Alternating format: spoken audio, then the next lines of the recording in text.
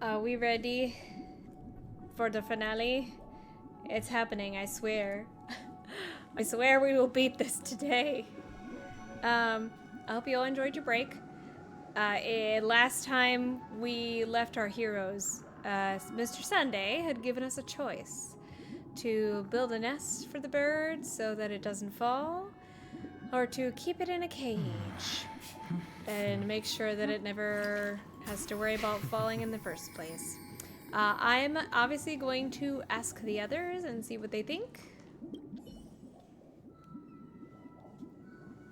It looks like he really has no intention of imprisoning us. If it's just a quiz, I suppose it's fine to humor him. What'd you do, Back to the Himiko? question. I would personally choose to build the little Charmony dove a cage. Interesting. No special reason. I do think that a fledgling should have the right to fly into the sky. But if it can't even live to that point, then there's nothing to talk about to begin with. Like, I understand Himiko's reasoning very well. Firefly's definitely gonna be the like, no, don't put it in a cage! I can't decipher his intentions right now, but based solely on that question, Oh. I would probably choose to build that dove a cage. Even if I was gonna release it back into the sky, it'd have to be strong enough to fly first. Valid. If I left it where I found it, I fear it'd never get the chance to fly ever again. Very valid. Interesting. That guy just casually throws this kind of question at us? What exactly is his deal? But fine, I'll answer, I guess. If it were me, I guess I'd Oh, they're all choose to saying. build a cage Okay. for the little Charmony dove. After all, leaving it there, it's bound to get hurt by wild animals or something. Interesting. And that'd just be too sad. Like, to be fair, that is what I was going to choose. So, interesting. Wonder why it's all colored red, though.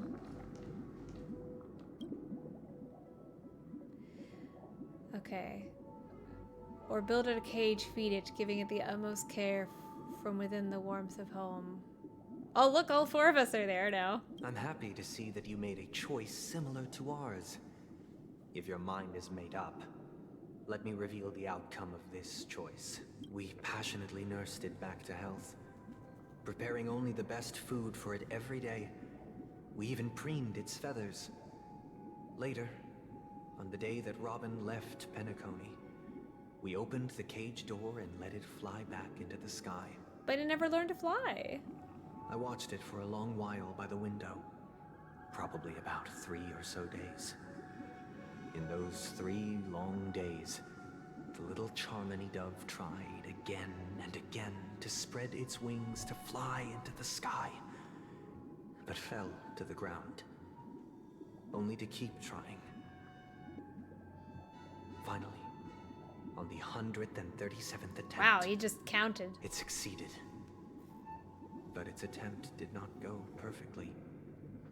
After flying unsteadily for a while, it fell to the ground, unable to grasp the direction of the air currents. The fall shattered its wings. It writhed helplessly in my embrace.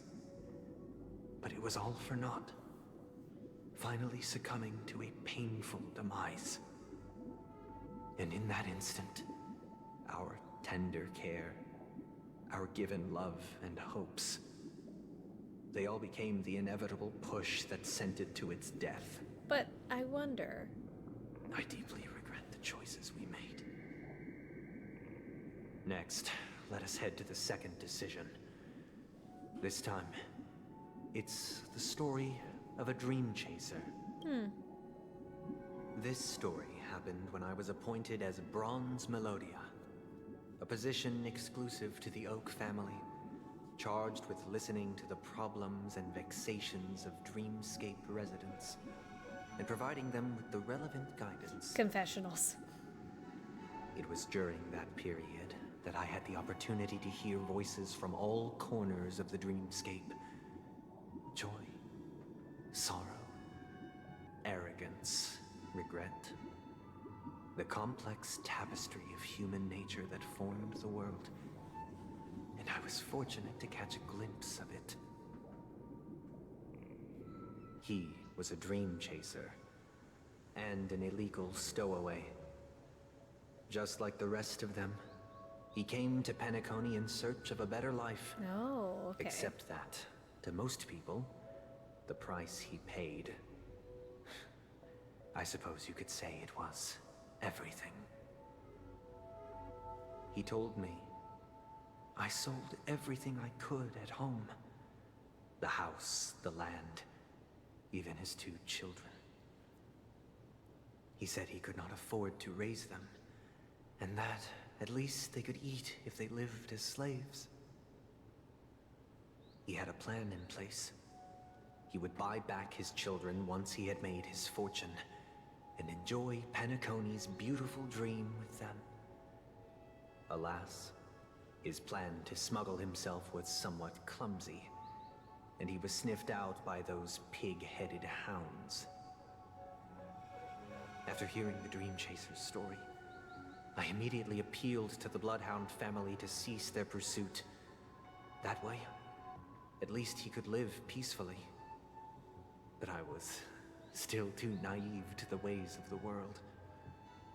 I did not anticipate that what I thought was a kind gesture would later lead to dire consequences. I'll tell you the outcome soon. For now, I'd like you all to make a choice. Will you do as I did, and try to convince the Bloodhound family to stop their pursuit, so that the Dream Chaser may live peacefully and realize his wishes? Or will you remain silent, leaving him to languish while the hounds are hot on his heels, until his inevitable judgment arrives? Hello, Loki. I'm probably just gonna I make... look forward to everyone's decisions. Who knows? Perhaps they might even alter the outcome of this tragedy. Well, because obviously what he's insinuating is that... Because we know that he convinced the Bloodhounds to cease the pursuit. We know that's what he chose to do. And so obviously something goes wrong because he's gonna be like, you thought. And I wonder... I'm very interested in what they have to say. A dream chaser story. If I acted out of kindness, I would probably ask the Bloodhounds to stop their pursuit and lend him a hand. But what cruel repercussion would this choice result in? I think Sunday must have been deeply impressed by the limitations of the strong defending the weak through this incident. Yeah. That's what I was thinking too. Because obviously something goes wrong with him trying to tell them not to.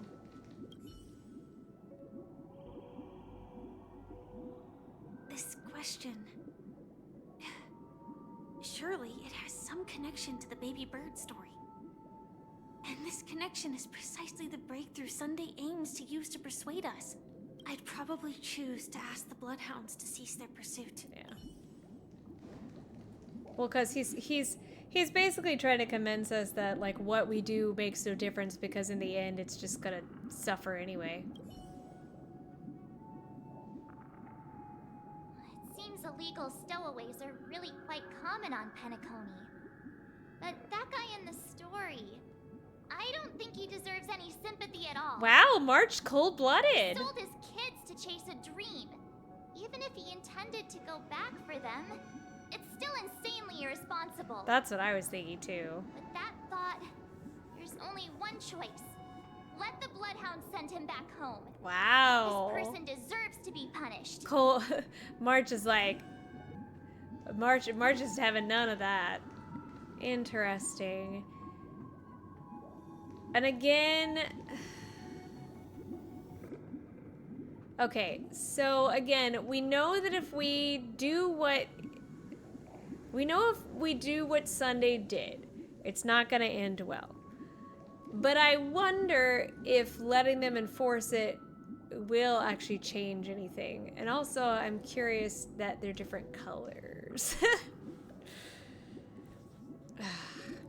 I unfortunately have to answer with my gut, and my gut is to do what Sunday did. Sorry, March. Will you try to convince the Bloodhound family to stop their pursuit so the Dream Chaser may live peacefully and realize his wishes? Yes, it's going to fail, but I'm gonna do it. I'm honored to witness you arriving at the same decision. Out of respect, I'll share with you the dire consequences that my choice back then brought about. First, the outcome. He attained major success. After avoiding capture, he ran a business for a few years, very quickly making a name for himself, elevating his status. He might not have become a tycoon like old Audie, but he was considered a character of excellent repute. Now then, did he realize the wish he set out to achieve? No. The last time I saw him was in the real world, where the hounds were going to permanently exile him, and I was the accompanying bronze melodia. The mission was simple. Listen to the criminal's repentance. He told me the reason he was in this predicament was because he conspired to usurp the head of the Alfalfa family. When I asked him about his two children, he instead responded with a question. What children? Ugh. In the end, my heart aligned with the harmony, and the good deed I dared to undertake held no value, turning instead into a wrongdoing. It created a lamentable oppressor and countless oppressed individuals. As to your choice, I once again offer my heartfelt apologies. I knew it. Next comes the third and final decision. Interesting. And the story this time is my own. Ooh. This story happened the day I was appointed the Oak family head. At that time, Mr. Gopherwood was the current Dream Master. And as per his wish, we had a private conversation. So What surprised me was that the Dream Master had only come to deliver a letter to me. He let me read its contents, and it was a letter from my sister. Huh. The letter contained the usual pleasantries, anecdotes from her travels. Nothing out of the ordinary. I like that face. Just as I started wondering how this letter related to our discussion, the Dream Master began to speak. Do you know who wrote this letter? My sister, of course. But why would you personally visit me to hand me a letter from my sister containing mere trivialities? To help you grasp the full scope of this issue. Do you know where Robin is at this moment? From what the letter indicates, she must be in Caspelina 8, correct? She's touring there right now. Correct. Has she mentioned anything about a stray bullet? A stray bullet? What? A war has broken out on that planet. It is because of this very reason that Robin chose this destination. To spread the word of the harmony. I see. And to Hello, save Fernia. the lives of that planet. I have them. She personally made for the front lines. I have them pretty stuck. I did a lot of traveling today, and I definitely listened to her album on Spotify. I like the new song, which I'm assuming will happen during this story. I hadn't heard that song before, but I'm assuming it happens during this one. But yeah, right now we're just making poor life decisions. We're trying to be kind, and apparently being kind. Apparently, unfortunately, Mr. Sunday here is learning that being kind means people die, so he's not going to be kind anymore. She hoped to ease the people's suffering with song, and was willing to brave mortal danger to deliver the IPC's medical supplies. Unfortunately, stray bullets showed... I don't like Mr. Dream Master. Is she all right? Oh. If the operation was successful, she should probably be recovering in the field hospital. He's so sad. By the eon above, the bullet struck her neck directly, yet possibly as a reward for her consistent deeds of harmony. It didn't hit any vital arteries. How do you know this, Once Dream you've Master? attended to your outstanding tasks, it'd be advisable to write her back as soon as possible. Those damned savages! I'll pack my bags right away. My gratitude for bringing this to my attention, Mr. Gopherwood. Now you understand why she always wears such elaborate neck ornaments, don't you? Interesting. How could this happen? Miss Robin. It's all in the past, so please don't worry. Well, he's like a raven, I share right? this in the meager hope that you will understand the harmony's limitations and predicament. As grandiose as the strong defending the weak sounds, many times, it is nothing more than wishful thinking. So instead, I would just bend them to my will. I've prepared one last question, one last choice. But rest assured, this choice will not have any grave consequences. Unless you want it to. Because this is merely a figment of imagination, a nightmare that has haunted me through countless nights. If you ever had the opportunity to make a choice like I did, If you could change your fate, would you? would you still support Robin's journey on the path of harmony? I would. Because she is a strong, independent woman who don't need no man. I'm gonna ask people's opinions, though. I often feel like I've dreamt of similar scenes on certain nights. In the dream, I see blurry faces. I don't know who they are, but I sympathize with all of them. Fighting for survival against some unfathomable force. Their confusion and fear are lucid to me. Yeah. But I also remember That's what I'm they saying. chose never to give up. Just like Miss Robin. If Mr. Sunday's question leaves you puzzled, you should find the answer from your own experiences. Thanks, Himiko. With each trailblaze, dangers and tribulations will surely follow. But would you ever back away? Would you stop March and Don Hung from reaching their next destination? I mean, if it hurts I them, believe you have an answer of your own. if they're in your gonna heart. die.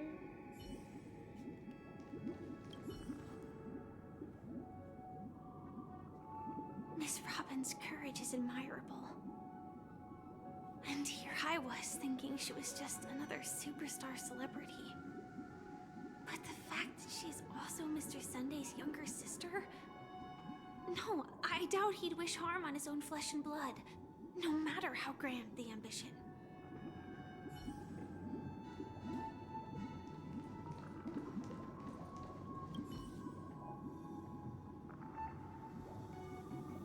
I can't believe that happened to Miss Robin. The strong defending the weak is a great mantra, but if I had to pay such a price, I don't know what I'd do. Thanks, everyone was so helpful. I appreciate the information. But anyway, I'm gonna continue to support her. And he's gonna be like, sorry, you've chosen wrong, because now I'm just gonna make her do what I want. Will you make this choice? I make this choice! I see. Well, I like that laugh. I am now aware of everyone's stances.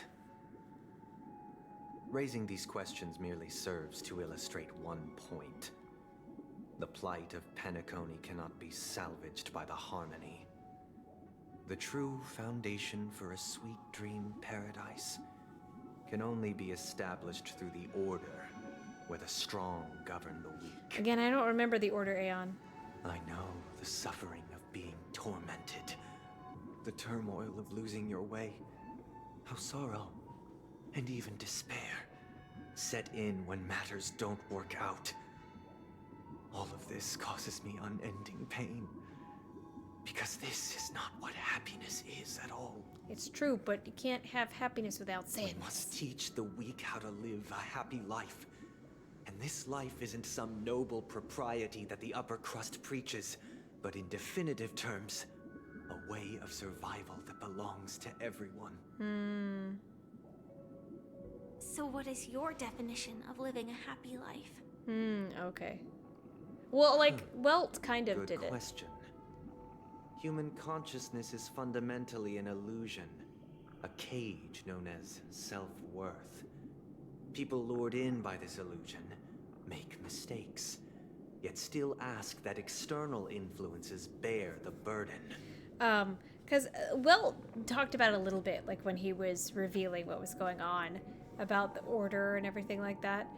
But yeah, I need to read like what actually happens in the simulated universe, because a lot of those little instances and things like that you can get, I'm just like, yeah, give me my blessing. I won't interrupt you anymore. Sorry, Mr. Sunday. When one mistake after the next permeates the masses, they become impossible to trace. Thus, the amassing of these individual cages culminate to form a prison. A place dictated only by the rule of survival of the fittest. Nature is always accompanied by predation and sacrifice. Its antithesis is known as order. That is what I want to do. Unite people's happiness under the banner of order. They won't need to make bitter choices any longer. Because they will have no nor free face will. the weaknesses of humanity. They can cast aside their primal instincts to build a haven for mankind. Oh, Mr. Angel Man. Simply describing thoughts is far too abstract.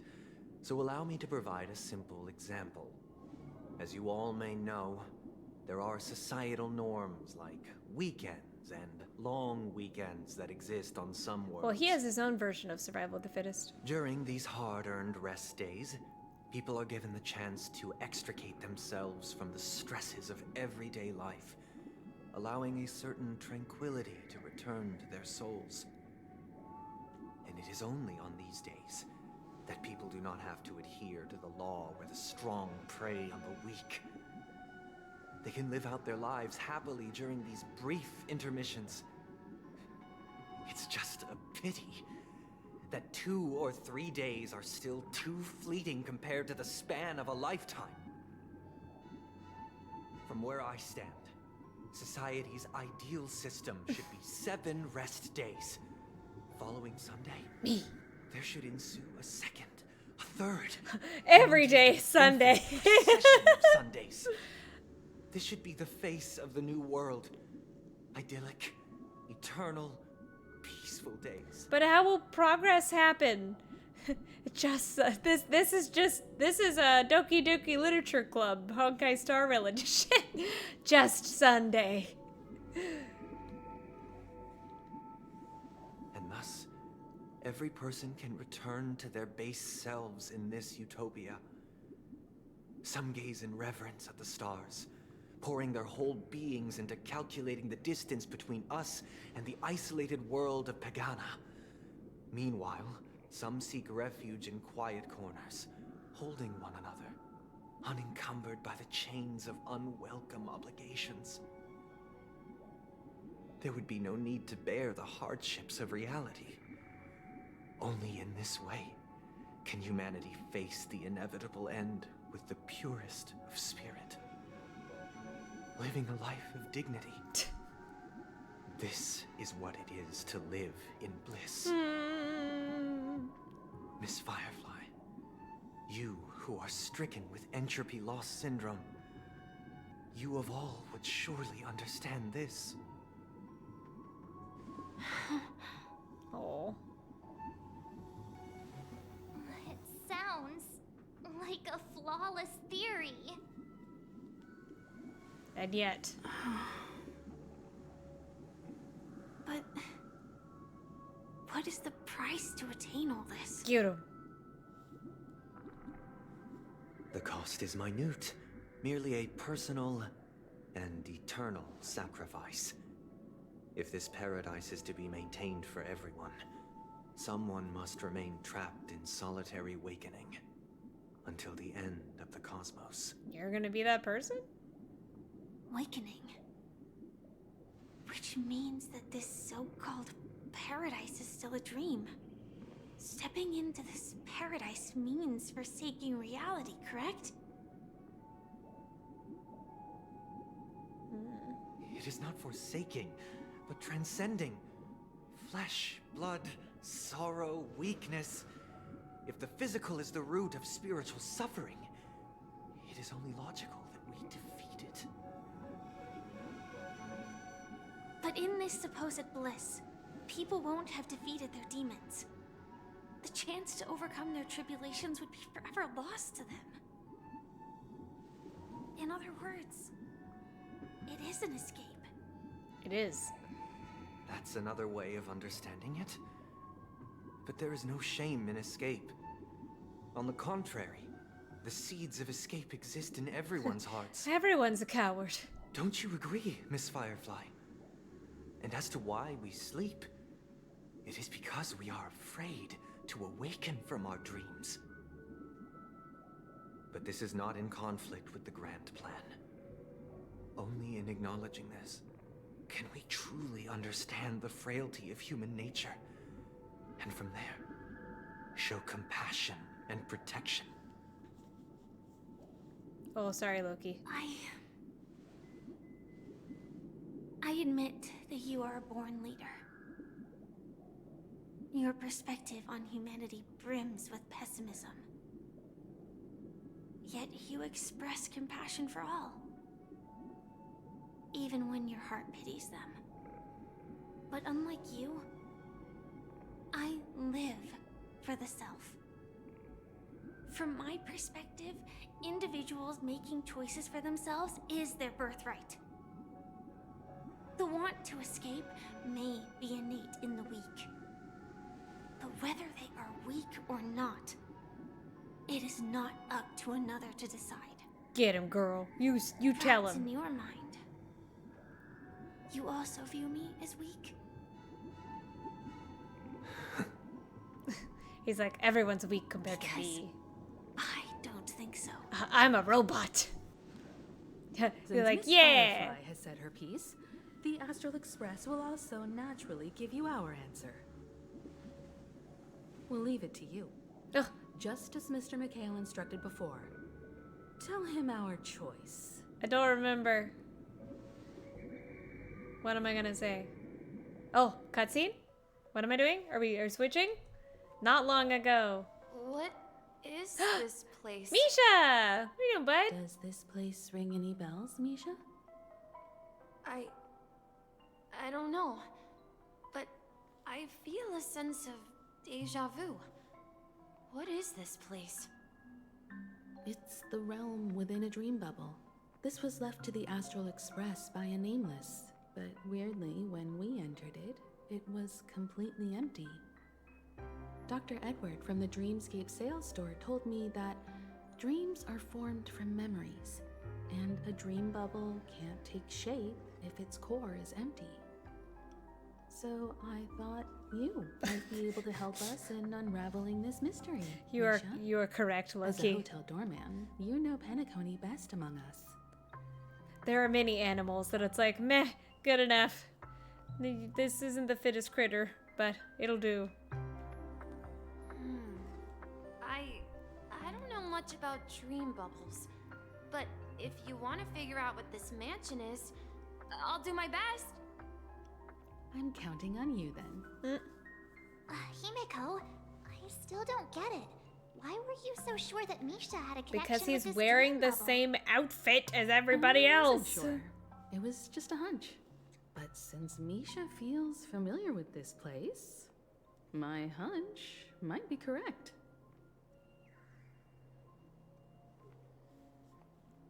This place feels nostalgic. Exactly. This is where you and Firefly encountered death. It is. Which we now know as dormancy. Considering its connection to Dreamflux Reef, it's not surprising it appeared here. I love that his name is Sleepy. The question now is, who brought you here? Based on the clues we have so far, it's unlikely to be that masked fool. So identifying them is crucial to us. We're drawing closer to the truth once more. Let's give Misha some time, as I believe he'll unveil the secret of this dream bubble. Ooh. All right, but there are doors all over the place. Which one should we choose? Do you have any idea, Misha? I guess... maybe this way? Am I Misha? Oh, no. I'm not entirely sure, but let's give it a try. Okay, I was like, you managed to choose the right door on your first try? Alright, nothing to see. Okay, I was just making sure. Weird. This place is quite different from the hotel. But I feel like I've been here before, and even lived here for a while. If I remember correctly, there should be a fireplace down that hallway. Clocky and I used to sit by the fire, Oh. listening to the crackling of firewood. And the room on the other side was... Is he the real Dream Master? I loved spreading out all the toys from the box on the floor and making up stories for each of them. Hold on. This doesn't make sense. Didn't I grow up in Dreamflux Reef? So, what is this place? This could be a case of amnesia. Don't worry, Misha. It's common for everyone to forget certain aspects of the past. Those memories haven't vanished. They're just lying in the depths of your mind. Oh, thank We you, can surely Loki. get them Get some back. rest. Since this place seems familiar to you, why don't we explore a few more rooms and see if you can recall anything more? Yeah. Then let's check out the rooms I just mentioned. Okay, check out. Oh, TikTok. I heard some noises from the room. Origami Bird? That's a friend of mine. You and Origami Bird are friends? Yeah. It's a member of the Compass crew, just like Clocky and Miss Mirror. And there's more than just one Origami Bird. They are a big family with lots of brothers and sisters who Of look the many same. colors, and I will find them all. They follow Miss Mirror's orders and handle all sorts of jobs on the ship. They're the best sailors. Sailors? Can Origami Birds be sailors? Could you tell us more about the compass, Misha? The Compass is a ship bound for the New World. Clocky and his partners travel through layers of fog to the depths of the sea. Whenever there is danger, Clocky will use a compass and guide the ship in the right direction. That's a great story. But in the Penacony cartoon, Clocky and his partners have always lived in Dreamville and never ventured out, right? Huh? Oh, that does seem to be the case. Weird. I clearly remember Clocky arrived in the New World in the end. Perhaps Clocky has a hidden past. So, where has Clocky gone? Did he leave to protect Dreamville?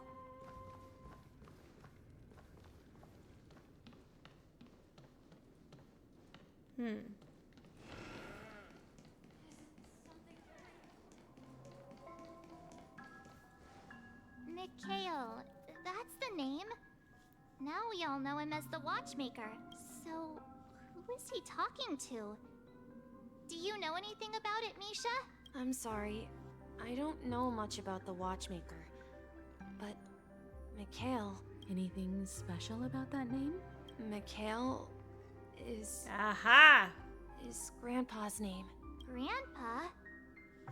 Do you mean you're the watchmaker's grandson? Oh, who could have seen it? Who know? Anything about the watchmaker having descendants?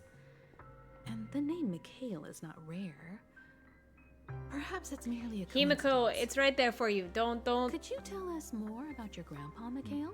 go around the corner to Yeah, get to the sure. same conclusion. He was a seafarer who fearlessly ventured into mysterious seas and storms. He was always on the sea and had lots of friends who accompanied him on his travels. He didn't want me to call him Grandpa because that would make him sound old. He believed he was still young.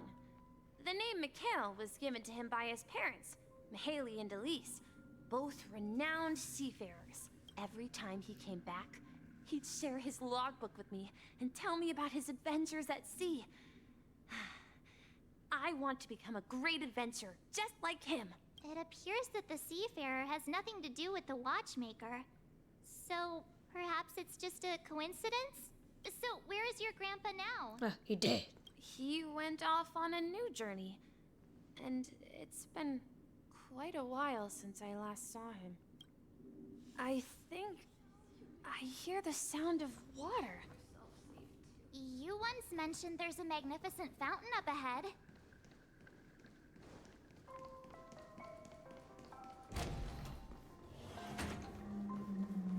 Look, there it is! The water resembles a precious jewel, embedded in the dreams of all seafarers. Like these whales. Every time I gaze at the shimmering lights beneath the waves, it feels as though I'm back in this place, standing by your side. Have you recalled anything, Misha? Yeah, I saw these sentences in Grandpa's logbook. He used to say that despite the perils of the sea, whenever he stood on the deck in the afternoon, overlooking the sparkling waves, he would think of this fountain in front of his house. He often said that those moments felt like returning to his family's side, and the difficulties at sea didn't seem quite as challenging. You know, I quite understand such sentiments.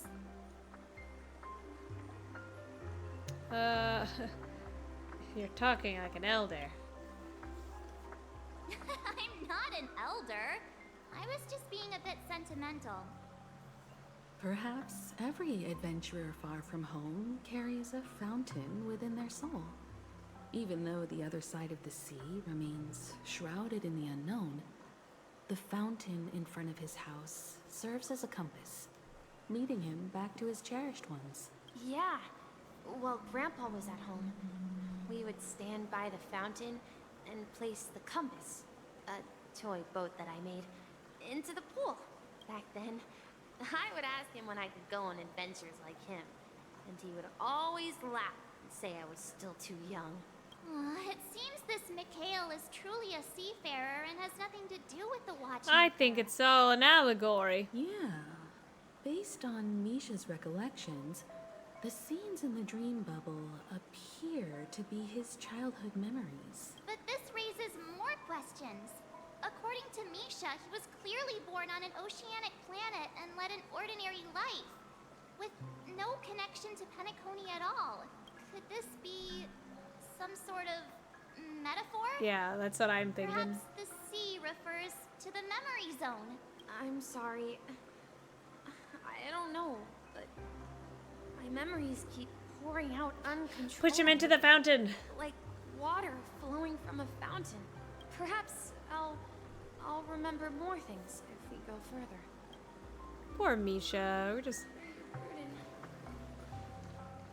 using this kid. We're going to the opposite side, right?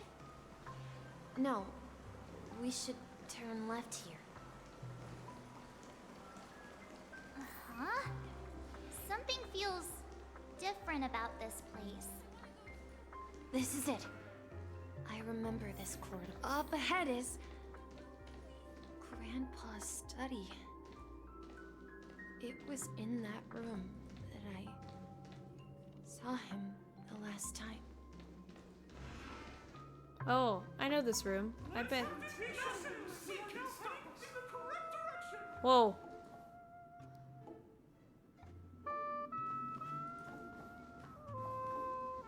I can't do the puzzle. The atmosphere in this room feels totally different. Is his grandpa Clocky? Misha! You finally come! Clocky, you're here! Yeah.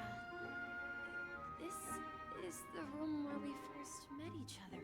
Are those books on the bookshelf logbooks left behind by that seafarer? Yeah. Whenever he came back, he placed a logbook on the bookshelf in his room. They contain records of his expeditions to every corner of the world. He described our world as a fountain. At some point, the sea started to gradually swallow up the land where people lived to ensure that everyone had land to settle on. He had to continue exploring the sea and search for the source of the rise Fontaine! of seawater. On that day, he called me to his study, telling me that he was embarking on another journey. However, I could sense the gravity in his expression. It was the same look I had seen on my father's face before his final voyage. I asked him if I could go with him, but he said that my adventure lay elsewhere. Certain sound. And told me to stay home and patiently await a certain sound at the door. What sound? He told me about a vast ocean in the sky. An ocean of stars. He spoke of a train that transports children with a desire to venture far away, That's my train. traversing the sea of stars without ever stopping. He said that he knew the crew on the train, Oh. and that he had asked them to take me along. He said the journey I had always dreamed of would start He there. follows the trailblaze. A train? Could it be?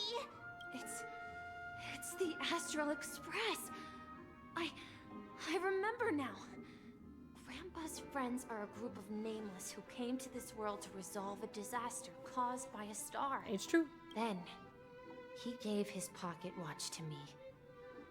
It was his cherished treasure, appearing in every one of his adventure tales. He explained that difficult times were ahead, but assured me that the watch would guide me. He said, as long as I kept moving forward, No, I'd eventually that's a reach train my noise. desired I destination. hear a train noise. And then, it was as if I heard the distant sound of a train whistle, echoing throughout the room. Exactly, Misha! And then we followed that whistle, didn't we? Yeah. I think I can still find the way we took back then. Can I do the puzzle? I can. This is the dream jigsaw, right? So we're supposed to find the exit. But where can we find the last piece? Do you remember? You said you obtained a mysterious shard when you stumbled into this place. Did I? It's been a long time. Hey, the shape seems to match. So this shard is also connected to Misha? Looks like we're just one step from revealing the truth. Let's get to the other side and investigate. All right, gonna do this really difficult puzzle. I don't know, it may take me a while.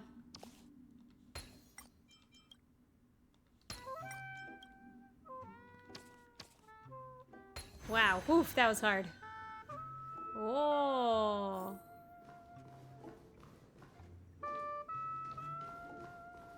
Making sure there's no birds.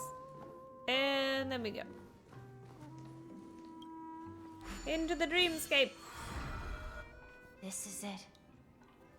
This Oh.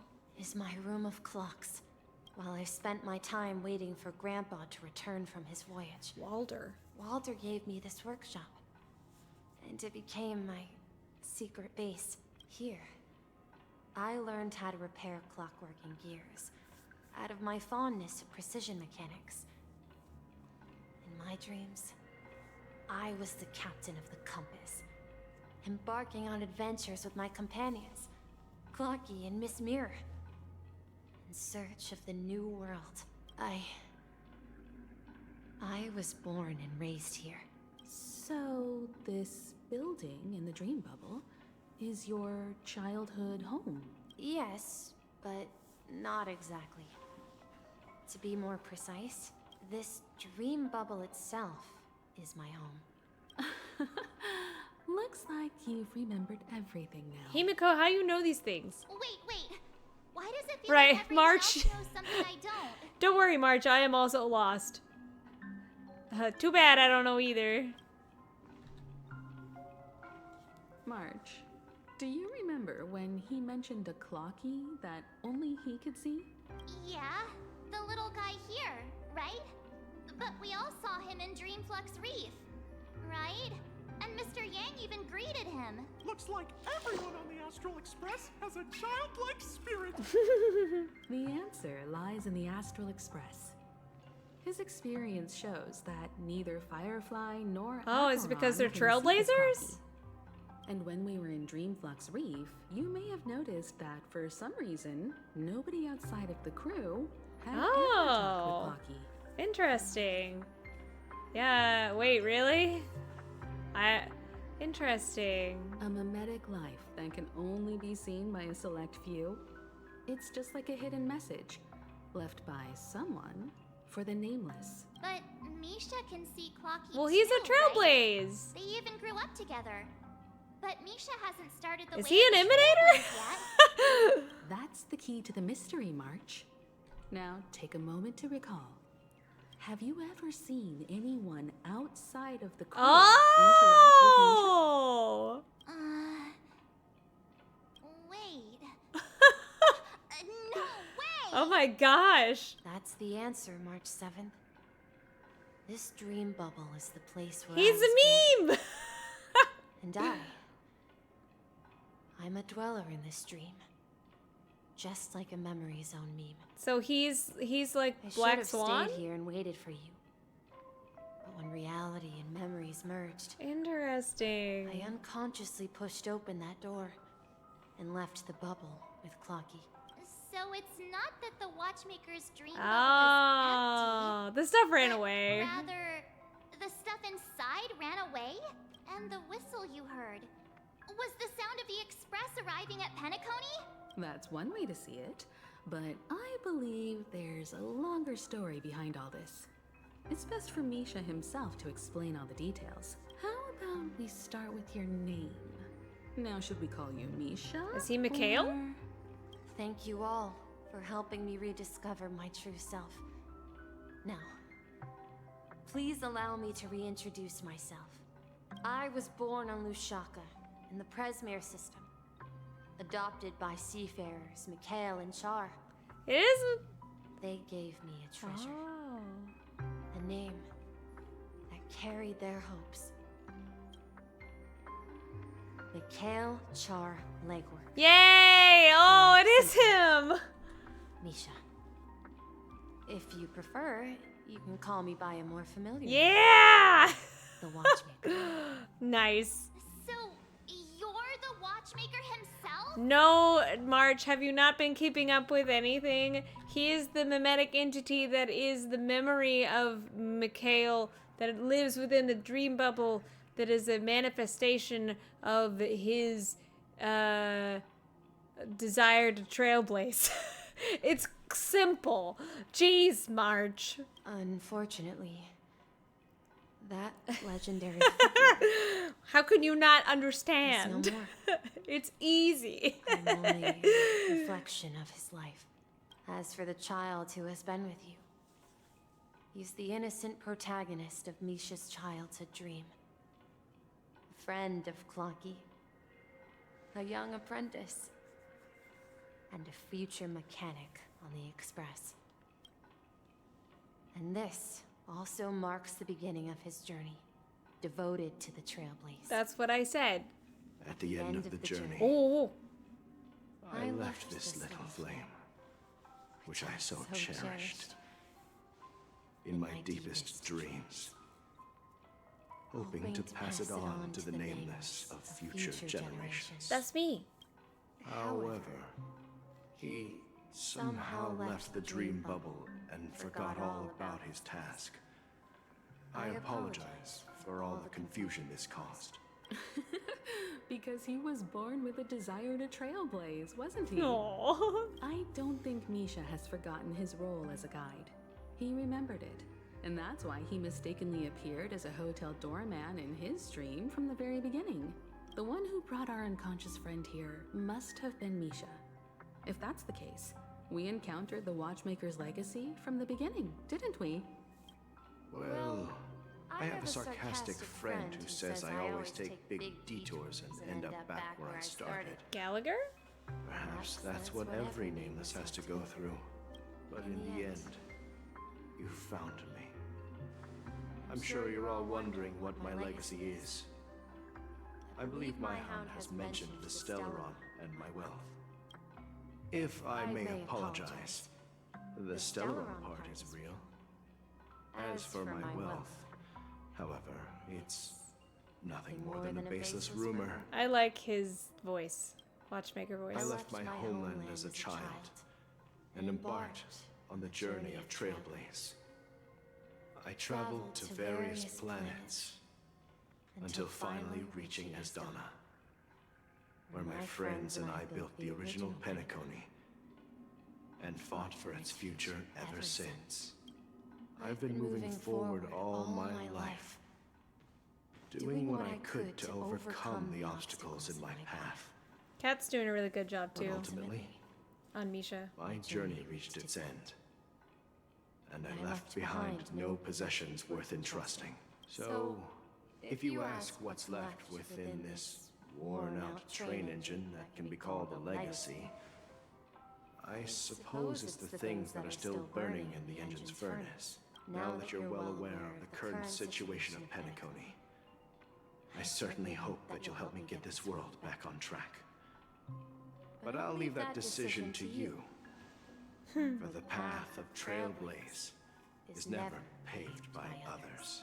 All I have for you is a story Gifts. and 2 gifts. Gonna give me a hat? I want to give you my pocket watch. Oh. It has accompanied me throughout my long journey, guiding that naive child forward, and has been blessed with the presence of so many great people up to this day. And my hat, too. Yay, hat! The one who navigated for me placed it on my head and planted a fanciful thought in my mind. The trailblazing expedition will never end. Now, it's time for you to make your choice. Once you've made up your mind, open that door and enter the long dream of an old man. Okay.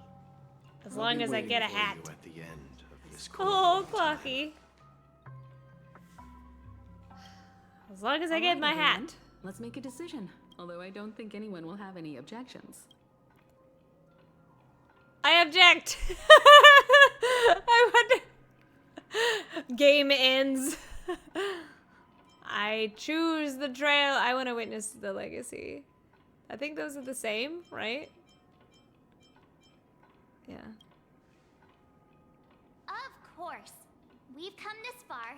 Surely there's no other option than moving forward. In that case, it's unanimous. Then let's proceed together to the end of this stream and tell Mikhail our decision. I object.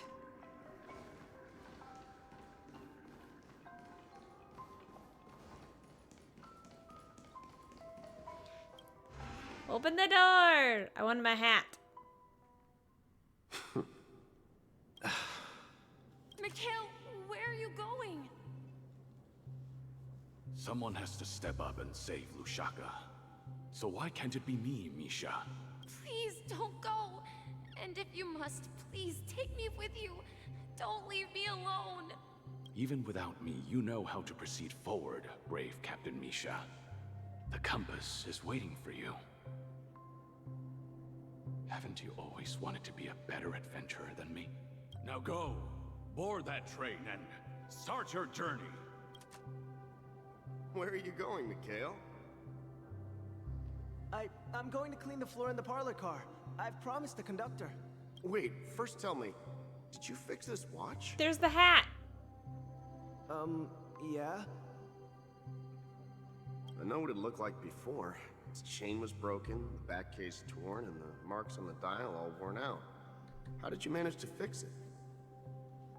Well, it's hard to explain, but I knew it could be fixed. It's the hands, Mr. Amundsen. Its hands were intact and pointing in the right direction, so I knew there would be a way to fix the rest. I see. You'll work with me from now on. Haven't you always Falcon wanted to tinker Edmondson. with this train? You're its mechanic now. As for the conductor, I'll do the talking. But I only know how to fix watches. I like him. Don't worry. You've got what it takes. I'll teach you what you need to know. Where are you going, Legwork? Oh, I'm looking at It's time to the... head to our next stop.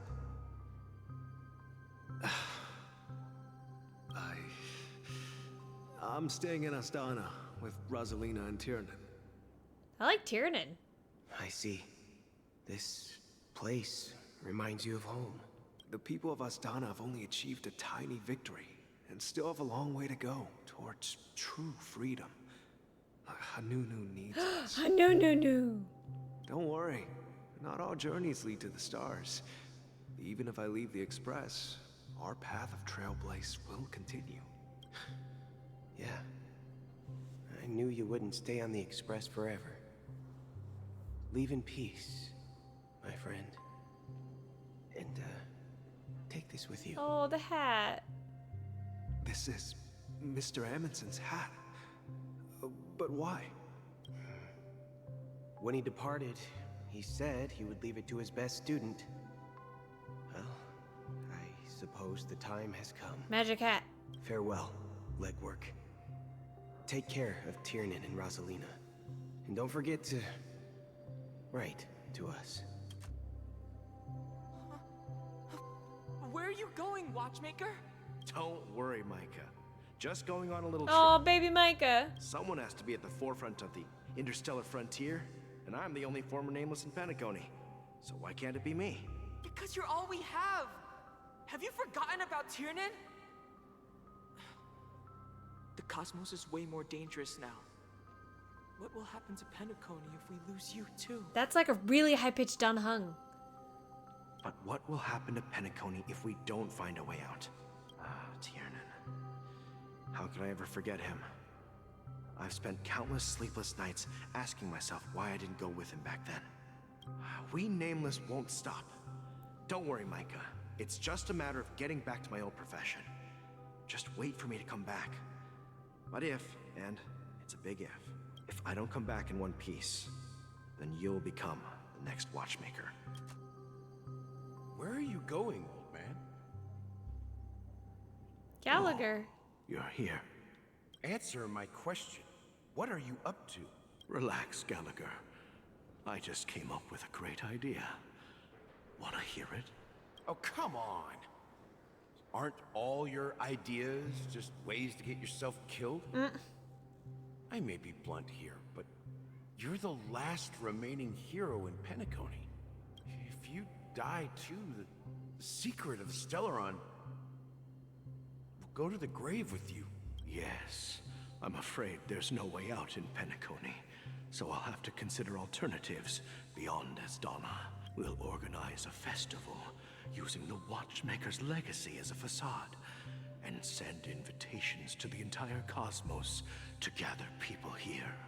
So, a desperate struggle against the family? Desperate? Don't we have you here, my friend? This task is challenging, but what hasn't been challenging for us along the way? Well, whatever you do, remember, make sure to send an invitation to the Astral Express. Misha! Where are you going? No. Oh, it's you, Clocky. Take me to Dreamflux Reef.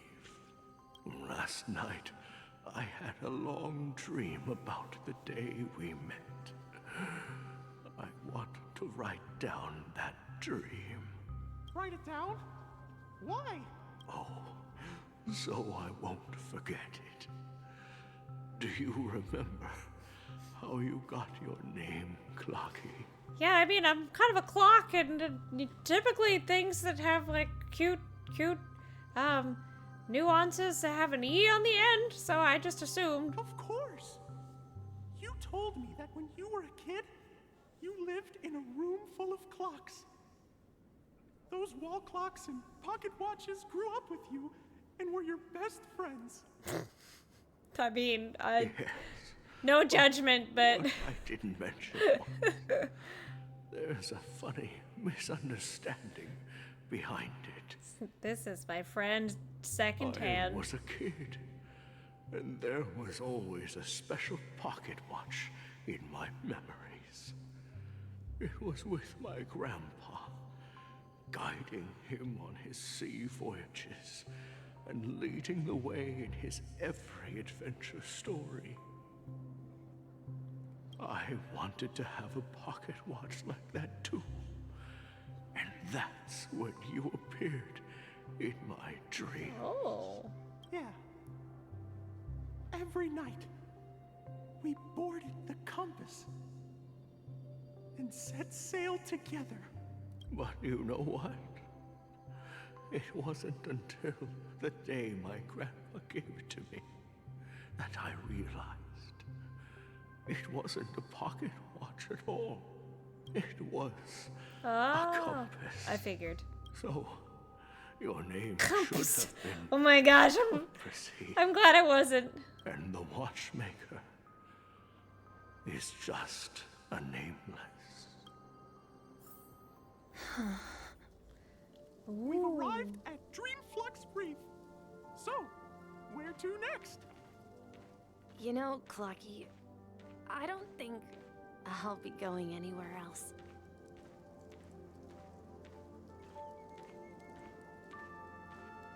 It's interesting you can hear the Charmony bird. Or just the bird in general. Oh, this music. Oh, wait. He's gonna return to the dream bubble?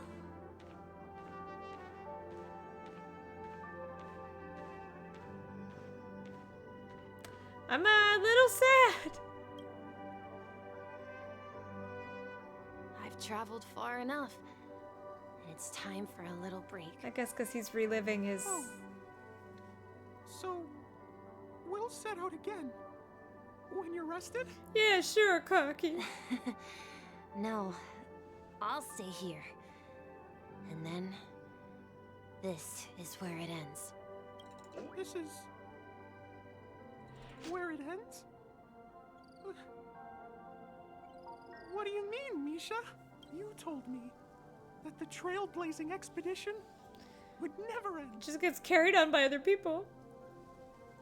Yeah, that's what I said. So now, it's up to you to decide your next destination. My next destination? What's that supposed to be? I've been following you. You can join us, Clocky. Misha? You're acting weird today. If you're feeling down, we can just do what we usually do. With the clockwork. No, I'm not feeling down. As for clockwork, yeah, it resolves all problems in this dream. So, do you know what clockwork actually is? I'm not quite sure. Well, everyone gets lost at times. They may hesitate and doubt which way to go. That happens in this dreamscape and beyond. But Don't worry. Everyone goes through moments of uncertainty and hesitation. Eventually, they gather the courage to make bold decisions. Whether it's calming, joyful, angry, or sad. All they need is a little nudge to take that step toward where they truly belong. I'm leaving that little nudge with you, and I hope you'll share it with others. Oh, Chloe's Such is face! the essence of clockwork, the will of the trailblaze. Oh. Oh no, sad animation. Clocky's hands spin around non-stop, indicating confusion, frustration, and weakness. But ultimately, people still need to move forward. Just like your hands, always pointing ahead. This is where my journey ends. From now on, it is your path to walk. Trailblazing means taking paths your predecessors forswore, and venturing even further. The Penacony and Mikhail's dreams does not belong to order. Ooh!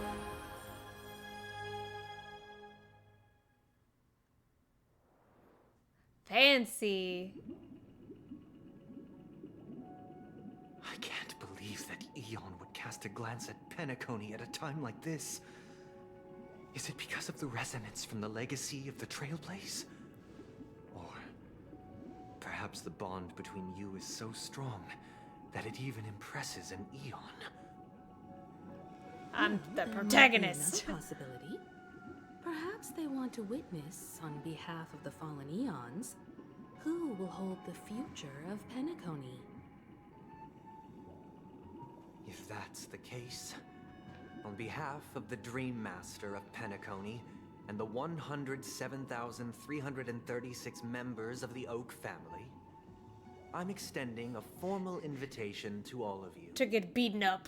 I'm cordially inviting you all to the Penacony Grand Theater to participate in the upcoming Charmony Festival. And, of course, you won't be in the audience, but on center stage. Since the future of the Stellaron, Penacony, and even the entire cosmos is at stake, let's draw a conclusion there, in all fairness. Fairness. If you truly believe in Akavili's path, then show me their courage and determination. Yeah.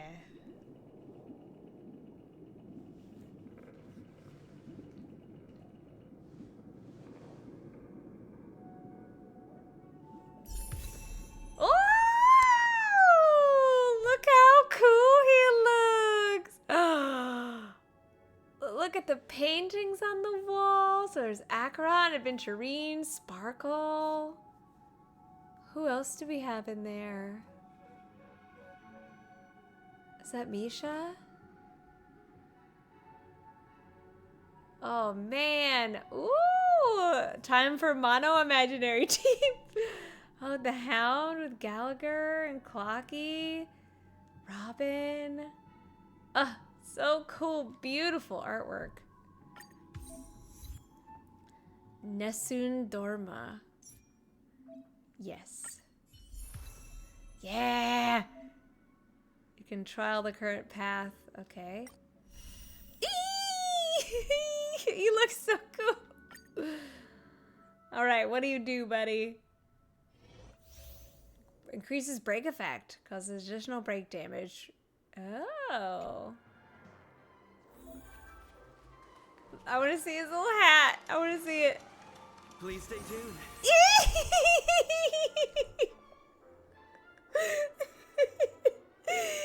just little Michael Jackson move. Please stay tuned. Oh my gosh. He's a little, just a little fruity with that little hip. Oh gosh. He's so cute. I love it. I will never go back to the lance.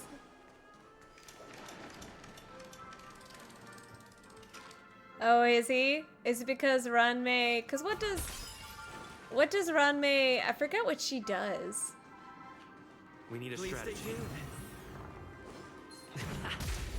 So cool! He's so cute! I love him. Okay. Minor imaginary. Single enemy targets with 5... Oh! He's Sampo. He's imaginary Sampo. Backup dancer? Additionally deals super break damage one time when the attack or weakness broken. Full on aerial dance. Generates energy when the enemy's target's weakness is broken. At the start of the next battle increases. Okay. Time to test our rapport. Cute!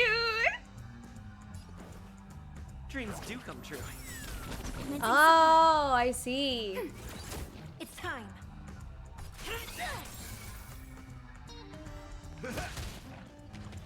What an interesting team. Still the same one. Let's improvise. The mood is set just right. He's so cute. I love him. Let the show begin. I'm so good. Oh! How adorable! This is so funny. You know, because like, it's so funny. They showed us this in the very first trailer for Penacony, and we were all just like, look how cute. And we're like, nope, this is like actually your ultimate attack. Ready for another? Enemy data sync net markers activate. Time for a good old counterattack. That's all you got? Oh. Take your position. Super break. Dreams do come true. Oh my gosh, that was a ton of damage. By the order of execute, the Mara struck. Holy crap! That was a lot of damage. Oh, okay, I see. Oh. Well, I love him, but he needs a new light cone. Oh, your Harmony? Oh.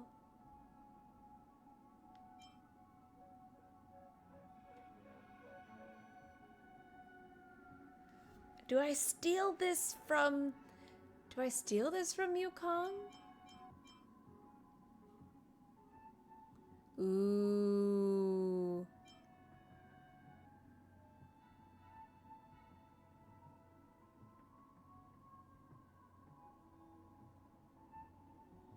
That one doesn't really seem... After the wearer uses certain... All allies gain... Same type... For the same type of ability. Huh.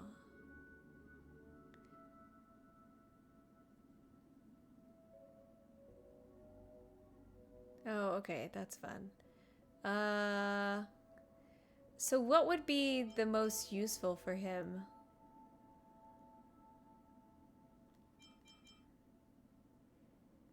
Probably...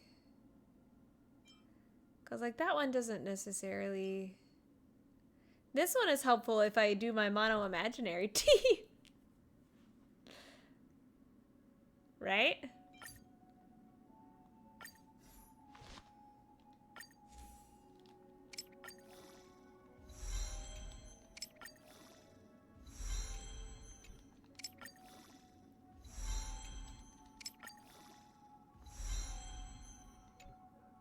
Because I don't know if I have any that give break effect.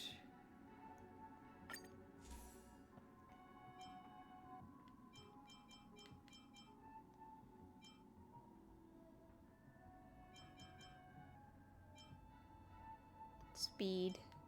Yeah, I don't have any Harmony that provide break effect.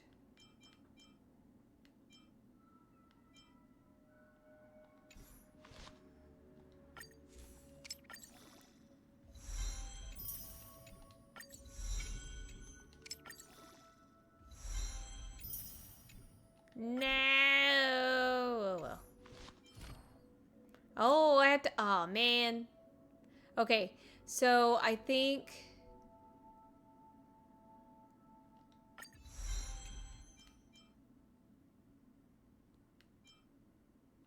Before our paths diverge, savor the shared journey.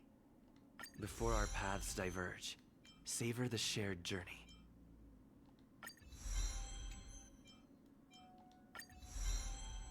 I think I want his ultimate to be leveled up. Yeah. Dang it. This is all the same materials that this is all the farming that I did for Robin. It's gonna take all of Robin's stuff.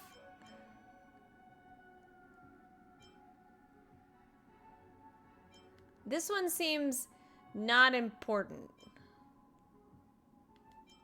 I want to increase your break effect.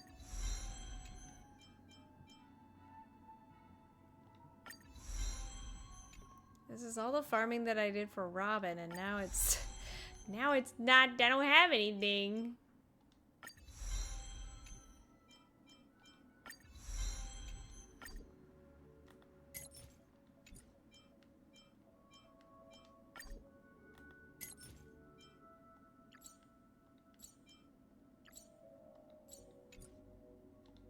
How do I not have enough of that?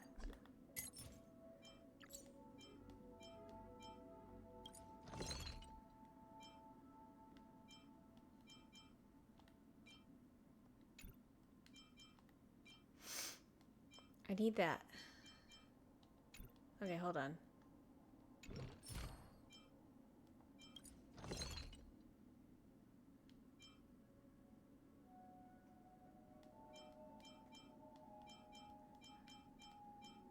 Oh, am I really out of... No, I didn't think I was.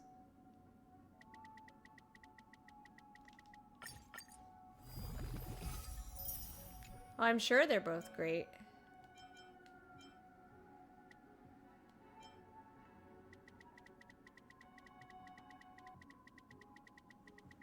I have so many of these, and I don't know why.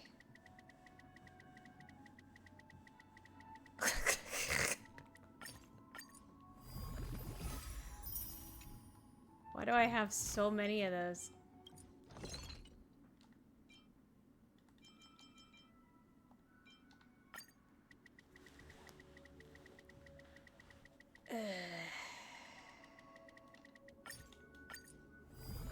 Yeah, I guess LeFou, yeah.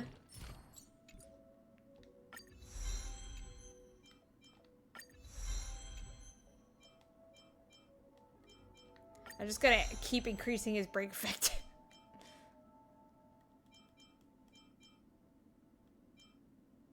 Oh. Before our paths diverge, savor the shared journey.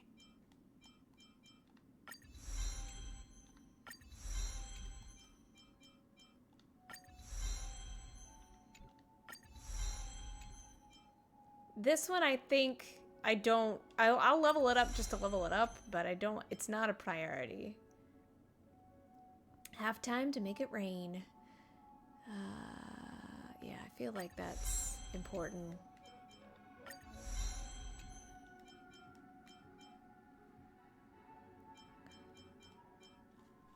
Yeah.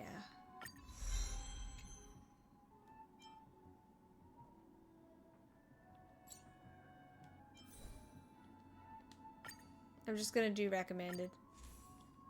Let's see what the recommended gear. Break effect. Break effect. Break effect, yep. It was correct. But now I have to level all these. I don't have enough materials.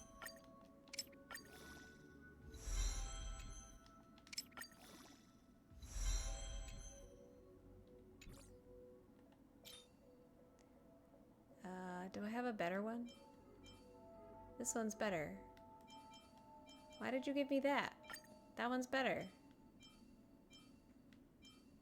That one's better.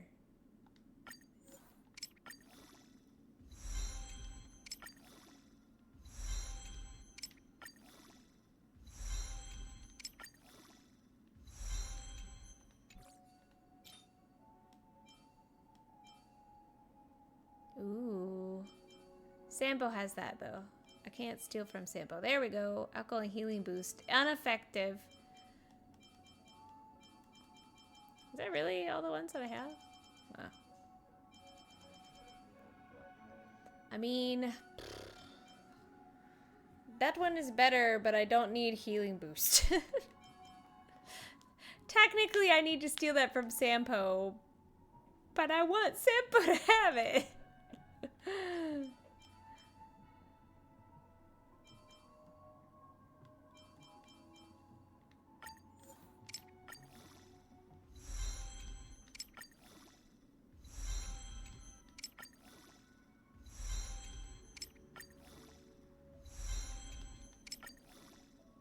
I'll try and get everything at least to 10 if I can.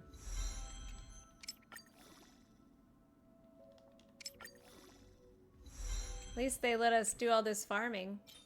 Shoes. Oh.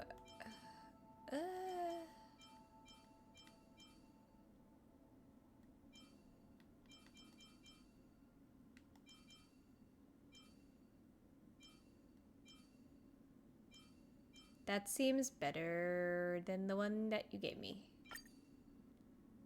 I guess because your attack? No, you're HP too. Why are you giving me these stupid shoes?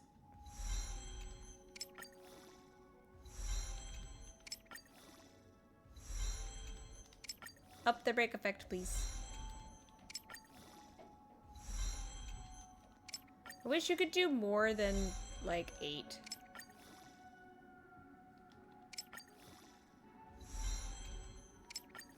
I wish you could just, like, go. Whoops!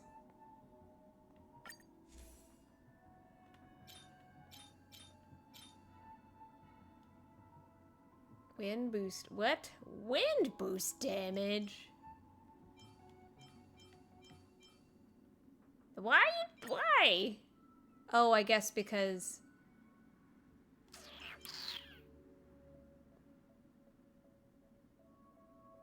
That's pretty nice though, you know? Because I definitely will always have an imaginary person.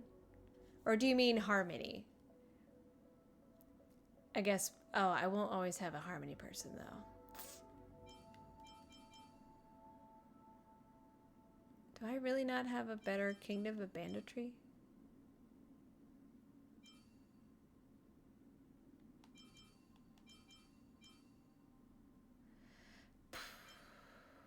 Crit rate. Crit rate.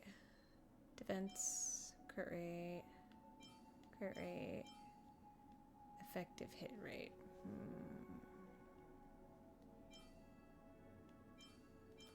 It seems I don't have any better... I don't know what my speed... I don't know what my speed is, though. What's your speed, buddy?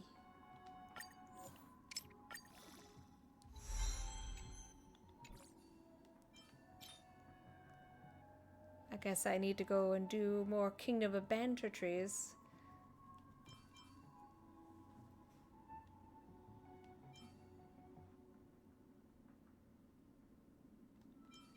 Clocky. See, I guess same type? Yeah, I'm frick that. We're going for Clocky, which is...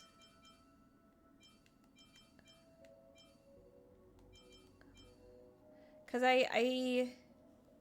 yeah, all imaginary. Yeah.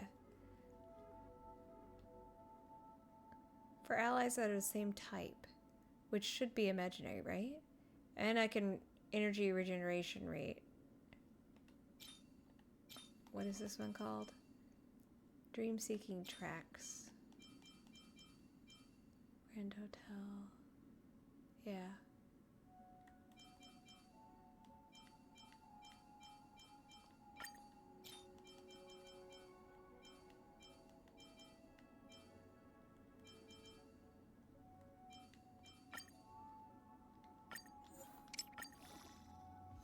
Because I have pretty, like, I break affected the mess out of him. I think I'll be fine.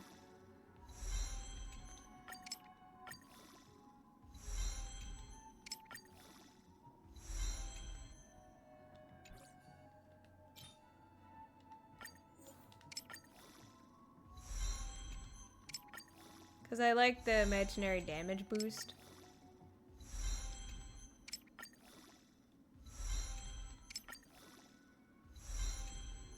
I'm sad I can't get the light cone any higher.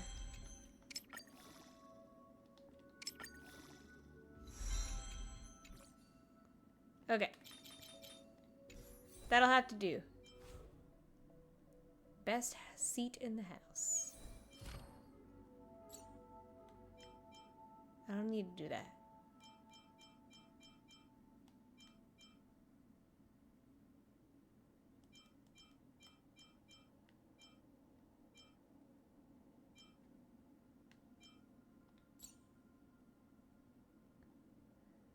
Should I? Should I? I guess.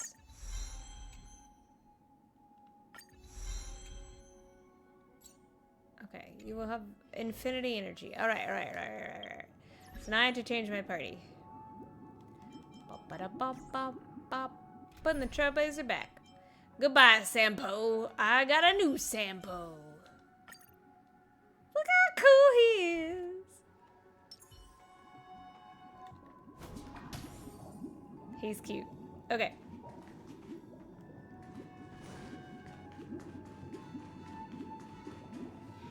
Does that mean he wants to fight us during the Charmony Festival? I'm afraid so. This is weird. Aren't arc villains usually plotting some dirty conspiracy in the end?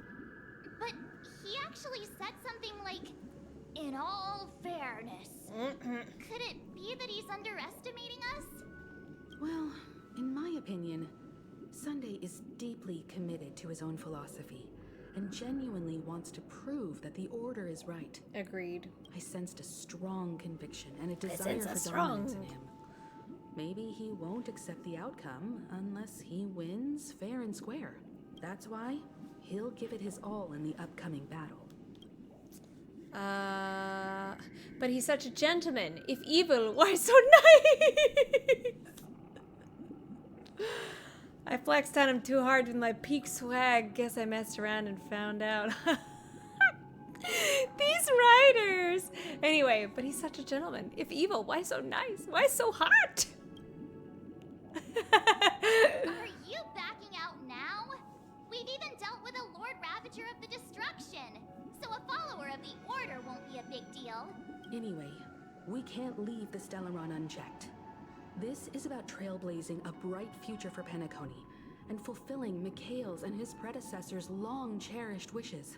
Now that we've taken up the mantle, we can't afford to fail them. However, the same applies to the Order.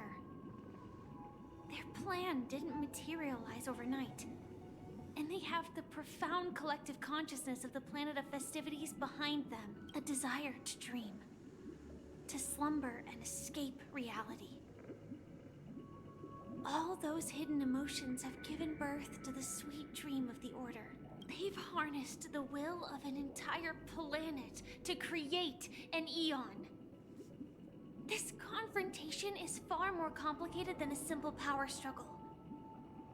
To secure Penacony's future, fighting on the stage alone is not enough. We have to fight him in the dream. What do you mean?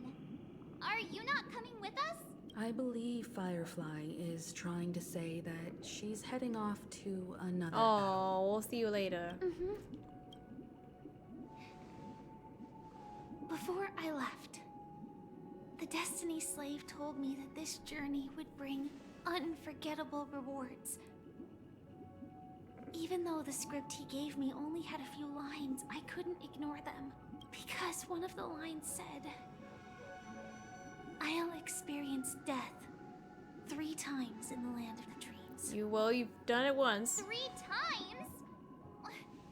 This can't be serious, right? The first time was a painful death when I was stabbed by the Blade of Dormancy, which led to all subsequent events. The script will always come true, but in a way that will only be revealed when that page is turned.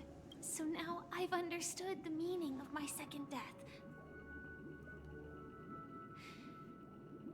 And I am prepared to face it.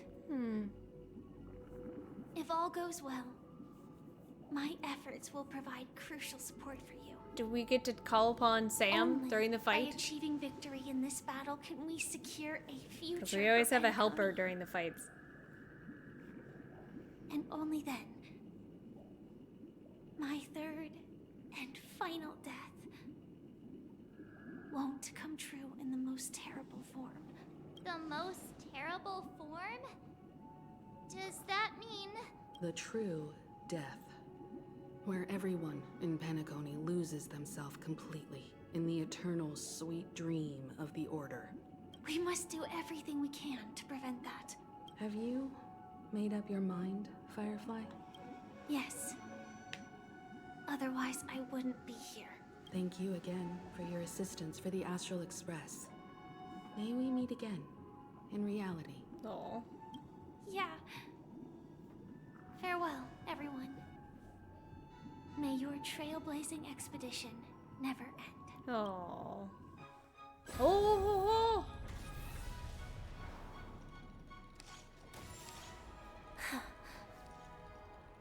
I dreamed of a scorched earth. Everyone, are you ready? A new shoot sprouted from the earth. Oh. It bloomed in the morning sun and whispered to me. Like fireflies to a flame, my biggest death. May we meet again in reality. So cool! There she goes. After today, Japella's name will disappear from cosmic history, and the Everflame Mansion will take its place. In the not-too-distant future, you'll receive an invitation. That's your next stop. Land of the dreams. Penacony. I hope you find whatever you seek there. This is the same. Be it answers or salvation. You mean my 3 deaths? Silverwolf told me about it. It's such a shame that it's not part of my script. Oh, I care. I want to live. I'm never afraid of death. The opposite of death is eternal life, and that's something I'll never desire. People die, and I am no exception. Death is like a script, a fate that cannot be defied. But that's exactly why we have to choose where we want to rest forever. Do you exist just to perish? Are you not the same, Blade? The end you desire is not one dictated by others. If I were to die now, I would only be a weapon. I believe I should die as a human, though its definition escapes me. Isn't this the answer that ordinary people look for their whole lives? A name that can be carved onto their tombstone. The tombstone that belongs to me once bore the inscription, Glamoth's Iron Cavalry. Then it changed to Stellaron Hunter. But one day, Ordinary girl that likes to explore. Bear the name Firefly. And all the brilliance she showed at the end of her life. Oh.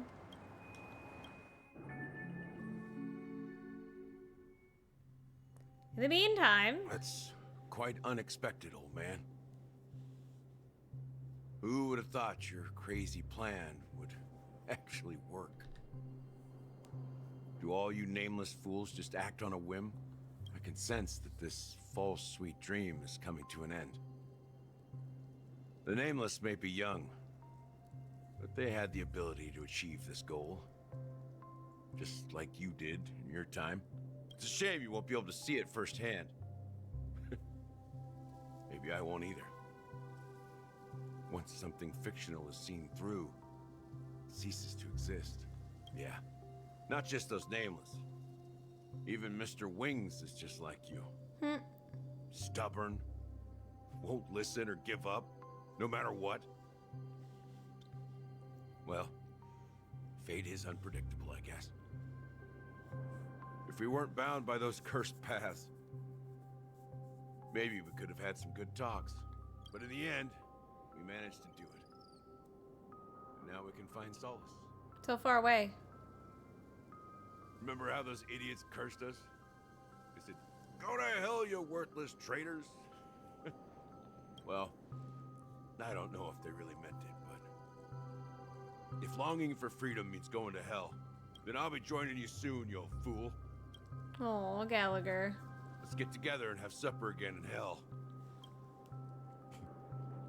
Oh, I almost forgot. There's one more thing.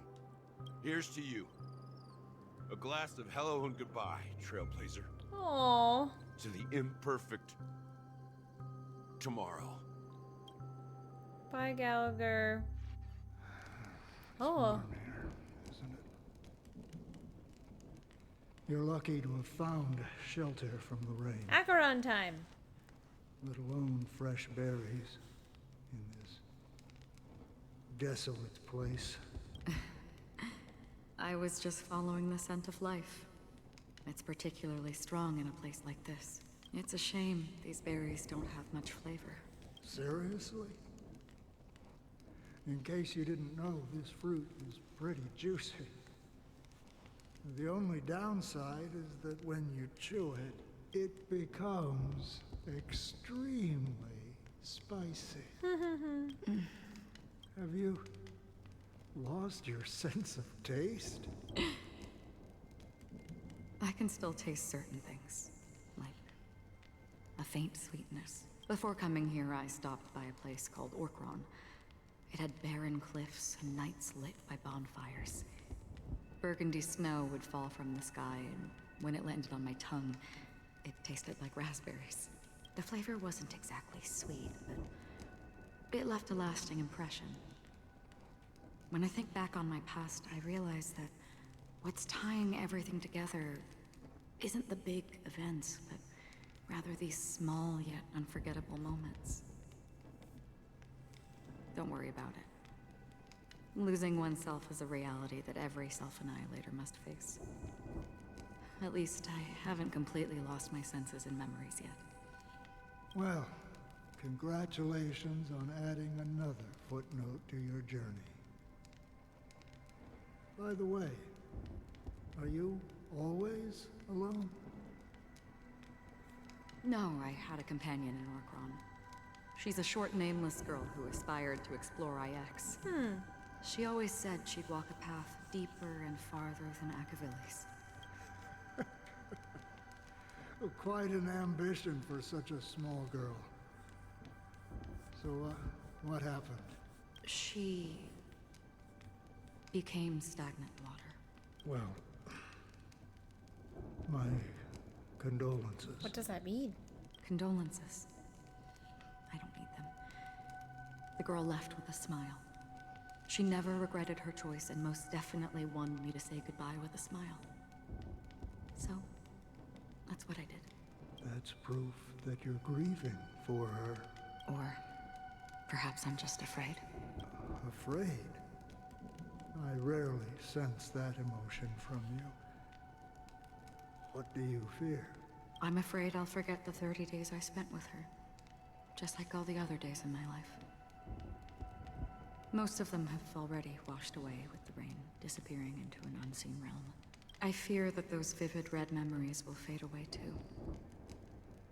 There isn't much color left. And besides this faint, warm red, there's almost nothing. Hard to imagine. A ranger accustomed to bloodshed, destruction, and chaos finding warmth in the red color. Because I have experienced this warmth many times. Long ago, I promised someone that I'd bring it to more people. And that for every remaining moment of my life, I'd strive for a better ending for all. As long as this red color still lingers, I have a chance to fulfill that promise. It represents a burning fire, a blooming flower, the berries in this cave, and life itself. Fleeting, yet still dazzling. In the end, it will lead me beyond the horizon of existence. Ooh. And on the other side, I will cut off nihility. The one blessed by the sleeping and shapeless is considering how to kill them. That's truly pure nihility. But you're right about one thing. After spending so much time near this stagnant water, only when I look at this vibrant red fire do I realize that I'm still alive. When will this rain ever stop? Perhaps when the sorrows of the departed have finally quieted down, the sky will clear up. Talk so quietly. Oh, still 4 hours. Oh, hello. Have you heard of a planet named Biari Scamandros, Don Hung? It's one of the Paradise Kingdoms under the influence of the Harmony. A sought-after wonderland for the inhabitants of the Dardanu major and minor systems. Half an amber era ago, the family held an unprecedented festival. There she is, a beautiful black swan. And after that, everyone on the planet became part of the family. Do you think the same thing will happen on Penacony? Yes. Or how else can we explain it? The family deliberately used the Watchmaker's invitation to keep all the Pathstriders here, but banished the Emanator. We're slowly making our way through the story. They talk a lot. Because of the nihility, I'm rarely affected by the power of other paths, but somehow I can unconsciously infiltrate them. Maybe that's the risk they're trying to avoid. I would disagree. Biari Scamandros is not part of the credit system or connected to the Silver Rail. It's nothing more than a remote civilization sheltered by the Harmony. But Penacony is different. I still want a buddy cop movie with Boot Hill and Don Hahn. Penacony, I think that'd be that great. would be like declaring war on almost half of the factions in the cosmos. They have no reason to do that. No, they don't. If they truly serve the Harmony, that is. What do you mean? The path in Penacony is impure. The Harmony here has impurities. Do you remember the ancient swarm disaster? Taser. Oh yeah, no, I'm not complaining. I'm just saying that it's like the universe. And it eventually evolved into a fierce battle among all eons. They definitely take their time with the voice acting, which, you know, is fine, but it a lot of times will drag it out a lot more for emphasis. 2 paths lost their eons in that war. The Propagation and the Order.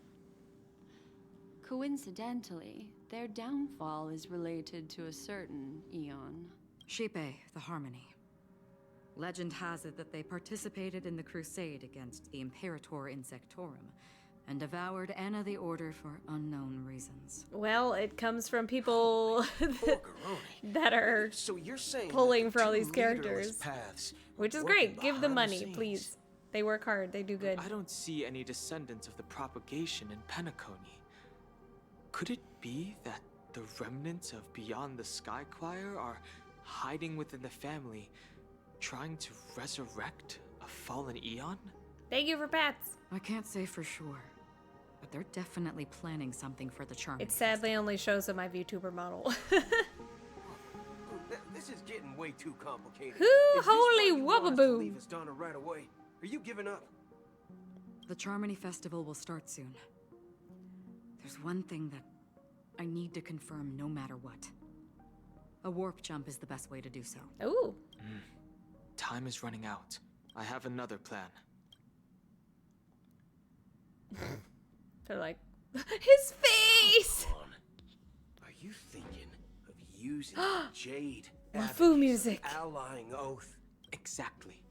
the assistance from the lawful Cloud Knights would be enough. LeFou noises in the background. Think it over carefully. You can only use that once in your lifetime. I have considered it thoroughly. My companions, Oh, they're also once-in-a-lifetime treasures. so cute. Wow, Dunhung. That was cringe, but it was cute. 3 hours. There he is, Mr. Are you the only one here, my child? The Nameless is quite the diplomat. Our secrets have spread like wildfire within the family. And IPC starships are gathering towards Astana. This is a crucial moment for us. So, where is the chosen one who harmonizes the varied sounds?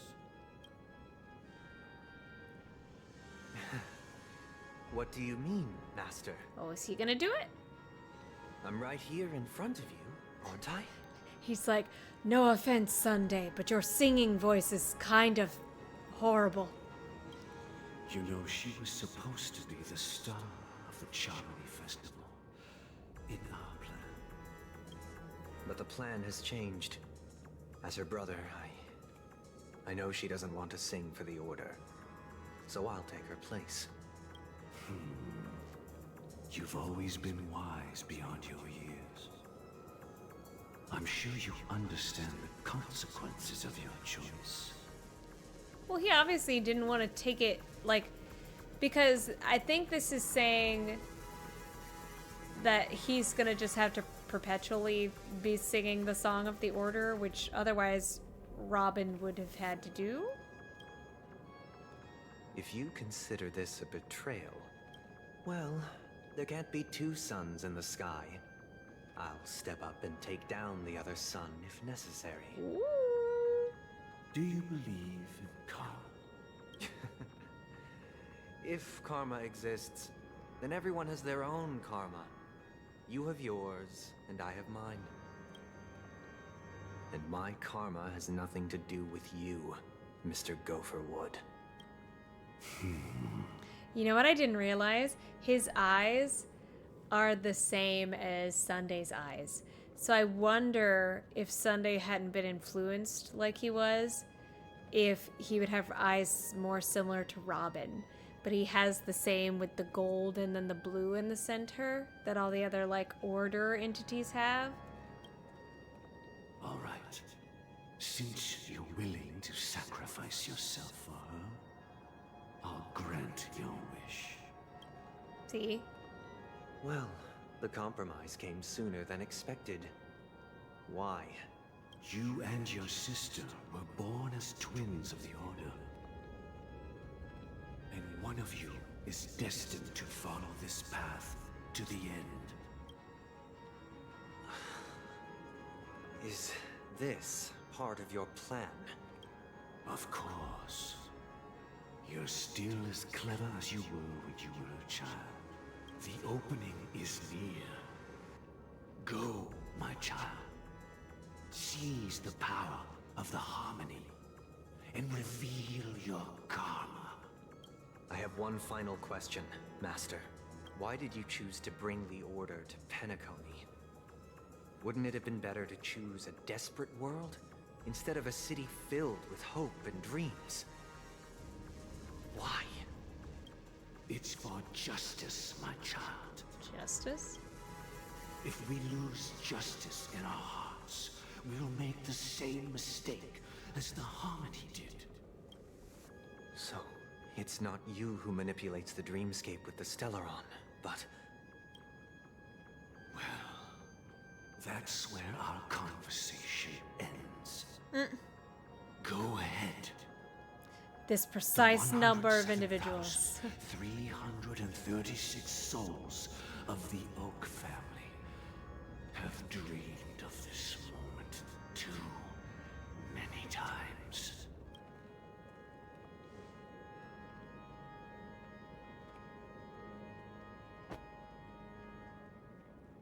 Oh.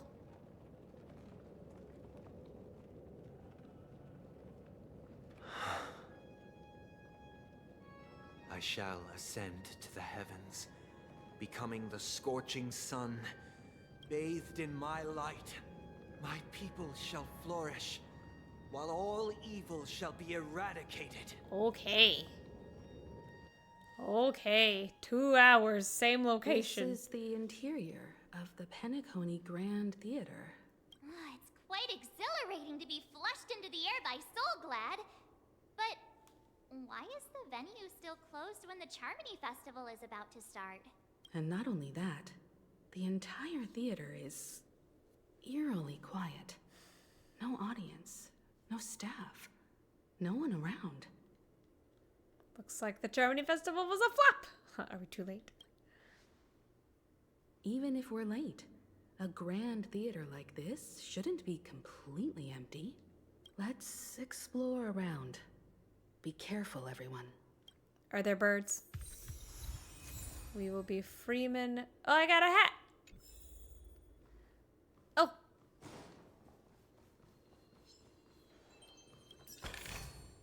Have a nice day. Oh, so quiet.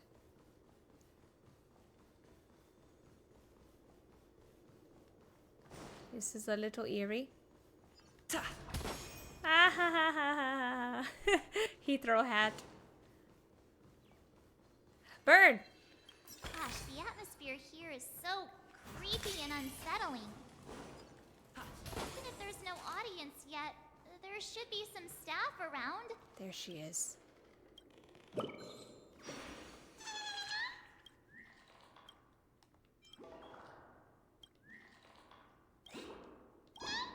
Okay, bye. Celebrity billboard. She's so cute. I really like that style.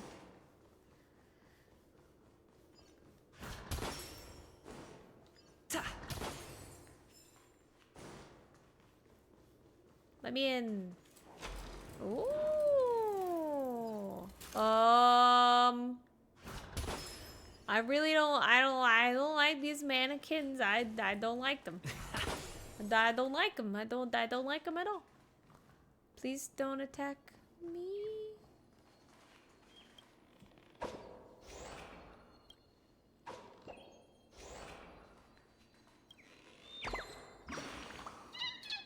Chip chip. Huh.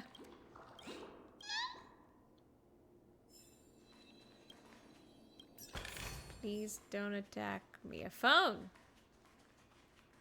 And a clock.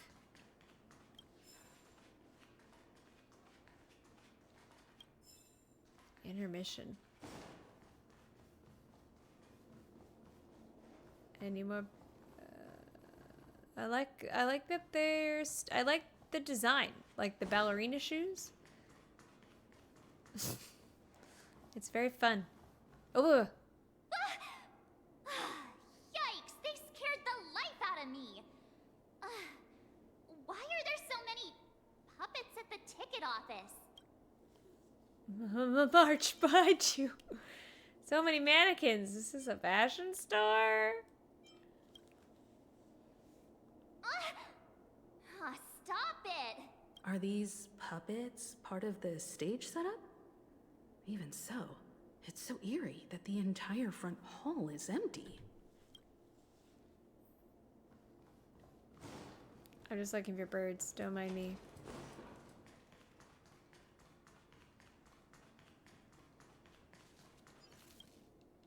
Clock. Time for a puzzle. This calls for a puzzle. This reminds me of a puzzle.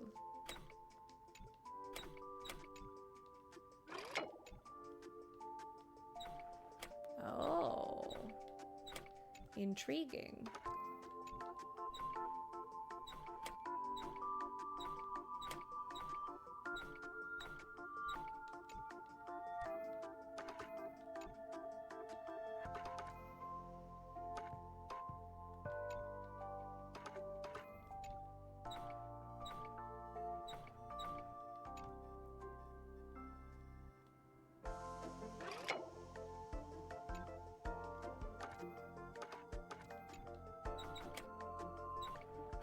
Interesting.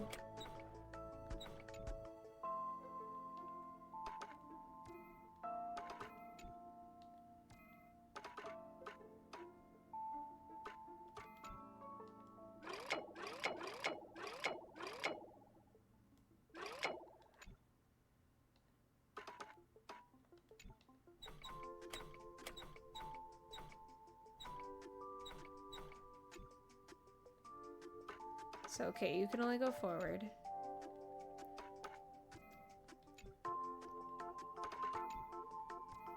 And you can only go there.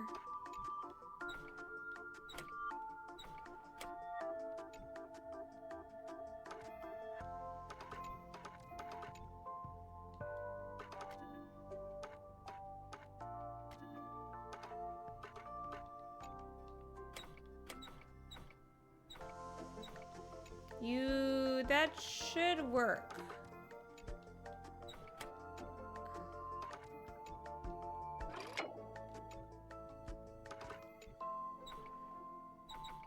I don't know why it's not working.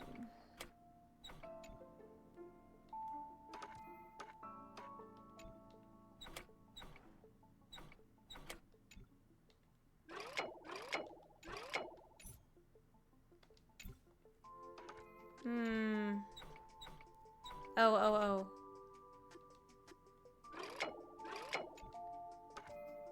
Maybe? No.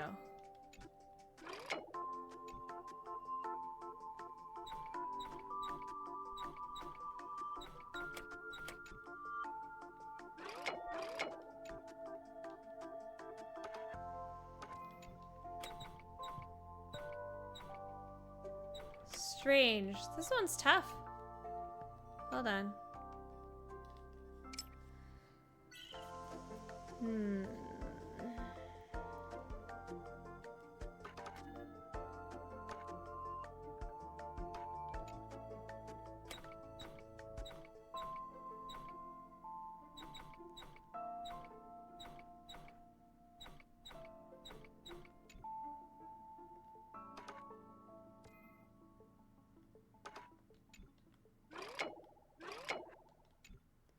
Where do you want to go?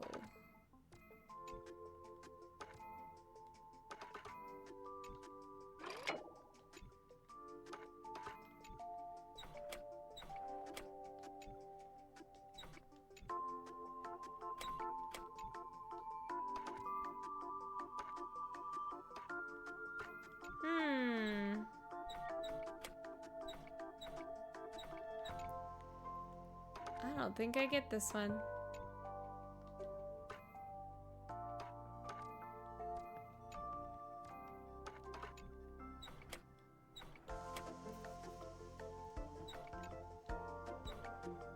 I normally don't have as big an issue with these.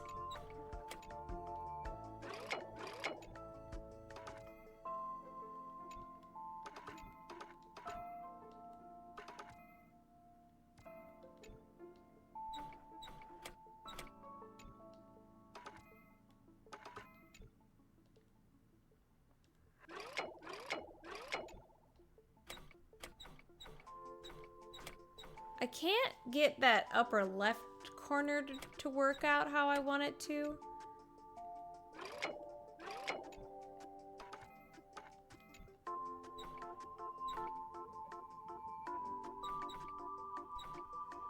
Like something... It needs to somehow connect between the two sections here. But that won't go forward anymore. Like that's as forward as that goes.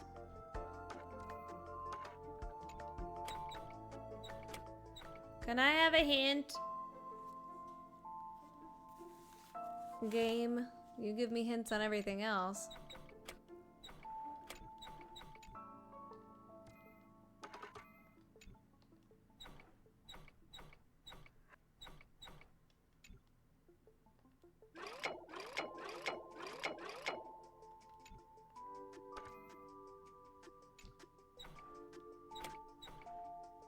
Okay, because I'm trying to connect... Okay, I'm trying to connect that entire section.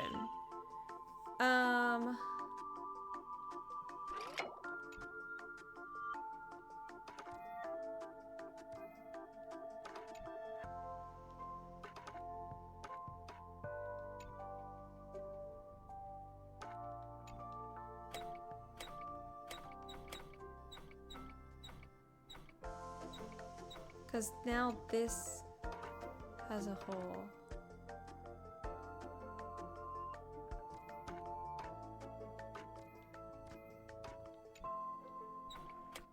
Oh. See, like I can't...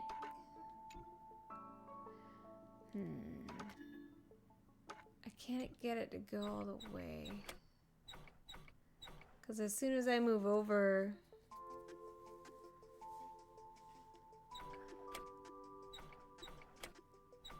that disappears.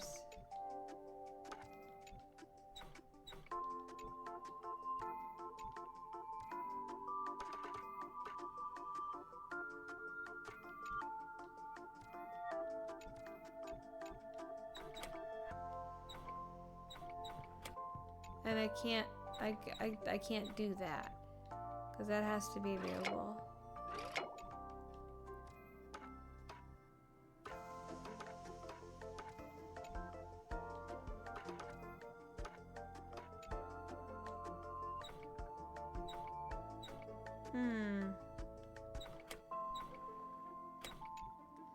But I don't want to leave it.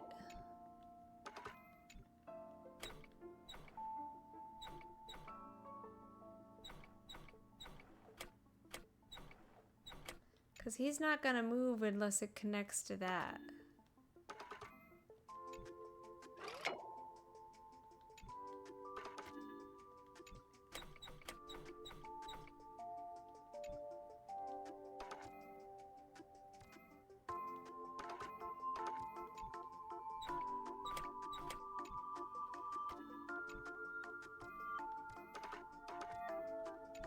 How do I do this?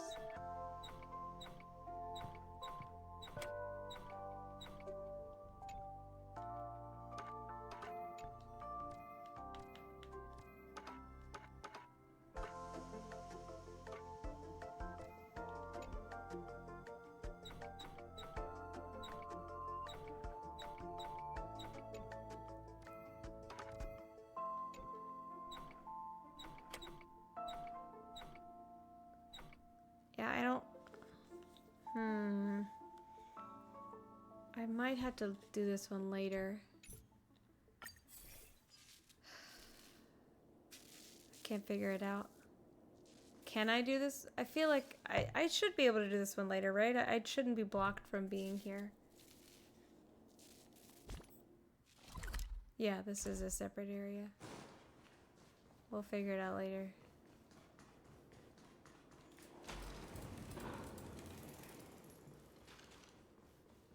Oh.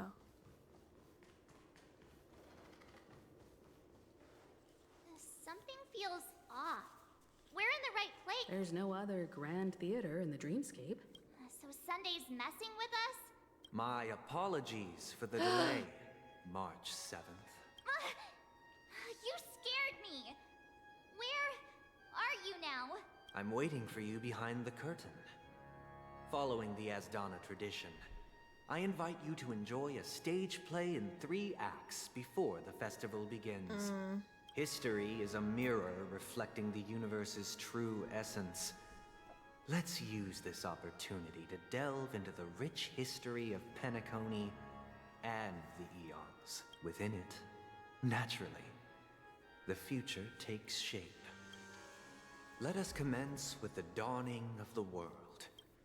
After the Dusk Wars, darkness veiled the sky, and chaos consumed the earth. Chaos control. Anna the Order emerged, destined to restore all existence. Sorry, Sunday, I have to get this bird.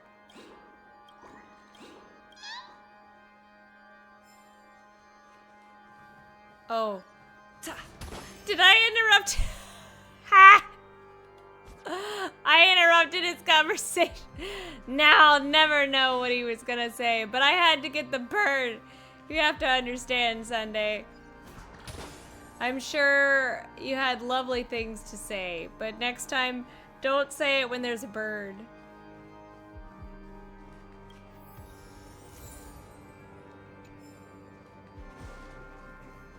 I was like, that one doesn't have a head.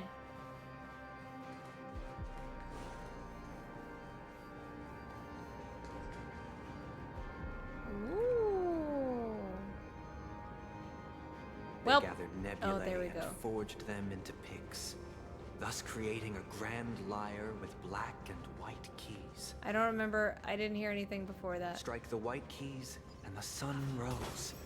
Strike the black keys, and the moon rose. And so, the cycle of day and night arose. That marked the second day. Are you done? Okay. Now I have to wait to make sure he's really done.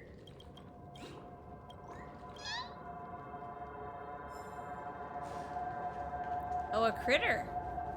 There's a critter just hanging out here.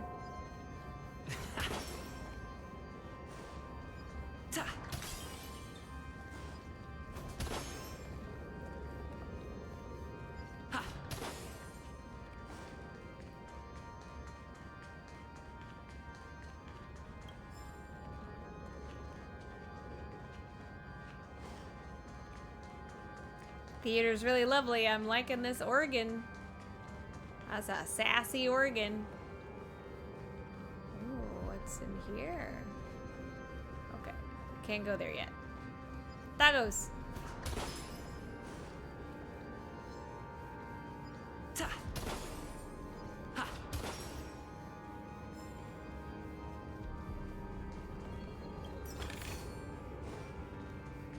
Another gumball. I like the gumball machines. I think they're cool.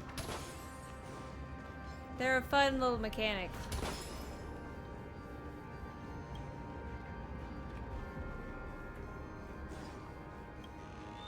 Bird.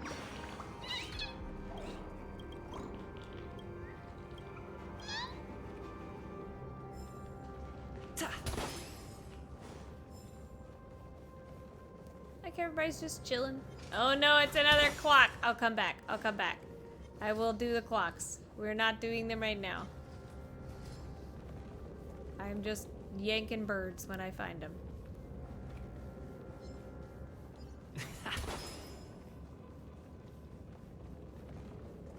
Alright.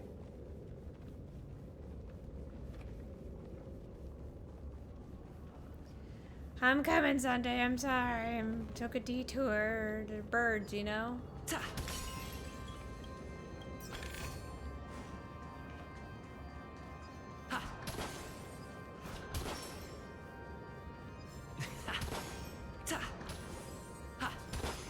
He's so good at throwing that hat.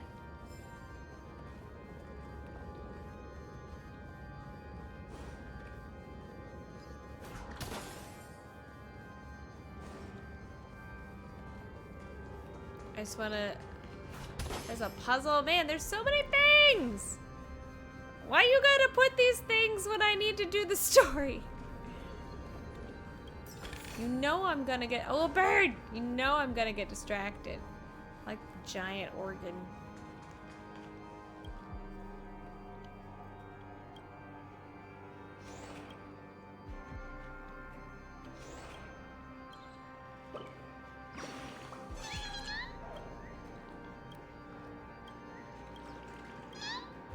Farewell.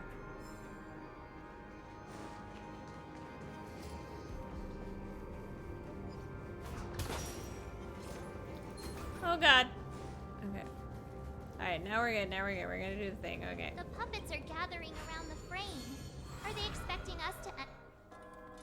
Ooh. Ode to Prisoner.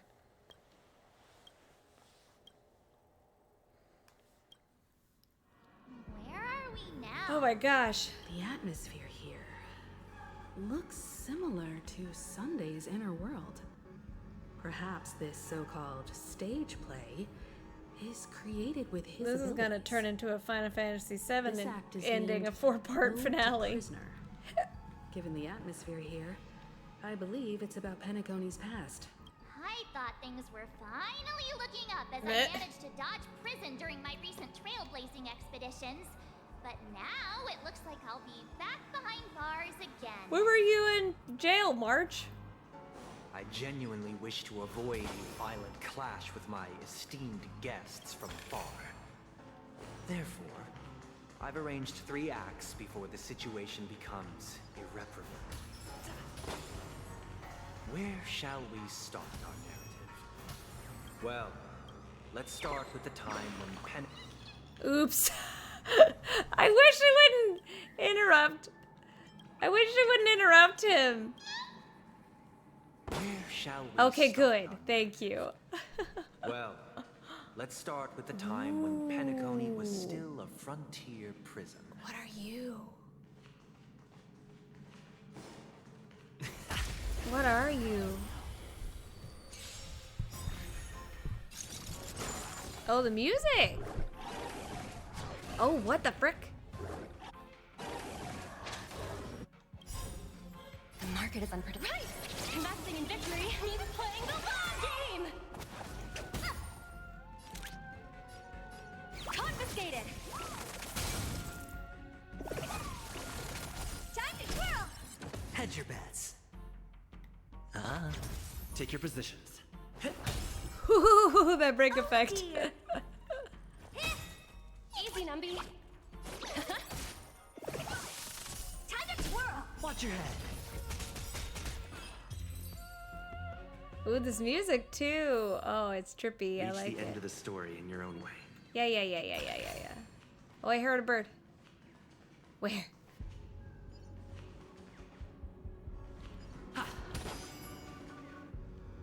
I hear a bird.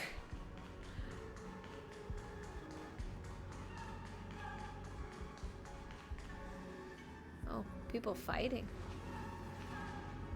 Oh, where? Oh! Wow, that's really tough.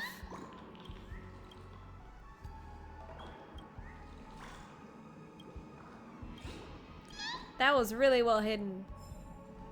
I would have not seen that bird.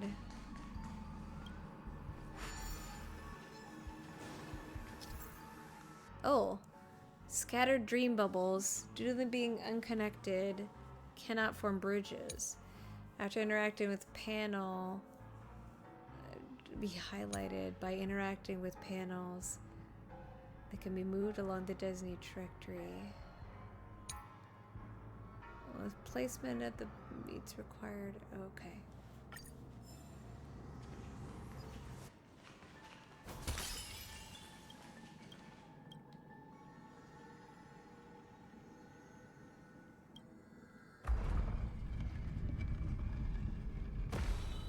Okay, I understand.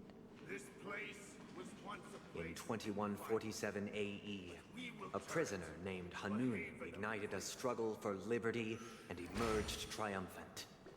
IPC referred to it as the War of the Frontier, while the Asdanians dubbed it the War of Independence.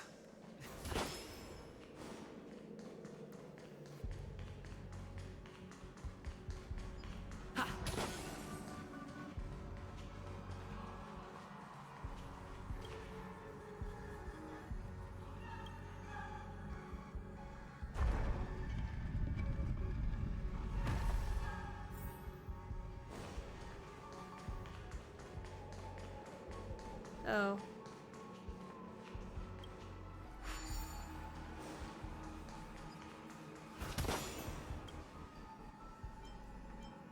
Go back. I want that chest.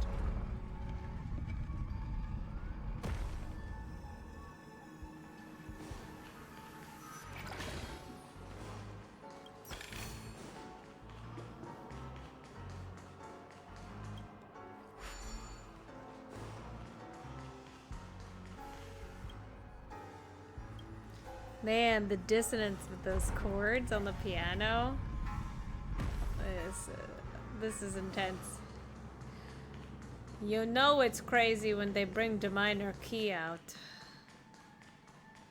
We've shattered the cages and expelled the It's true that Hanunu was a legendary hero, but it must be acknowledged that while he bestowed freedom upon the prisoners, he didn't grant them true liberation. Here, honorable travelers.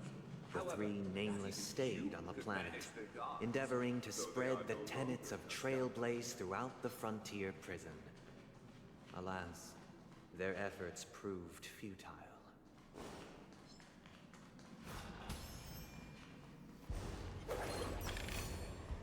Ah!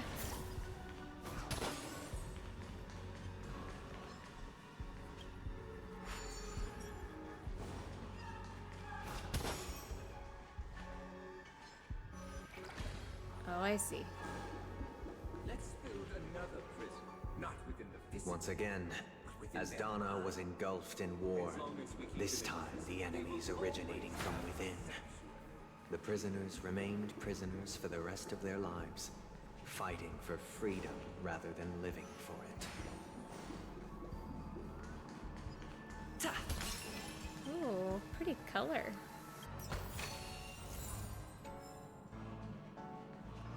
Fodder.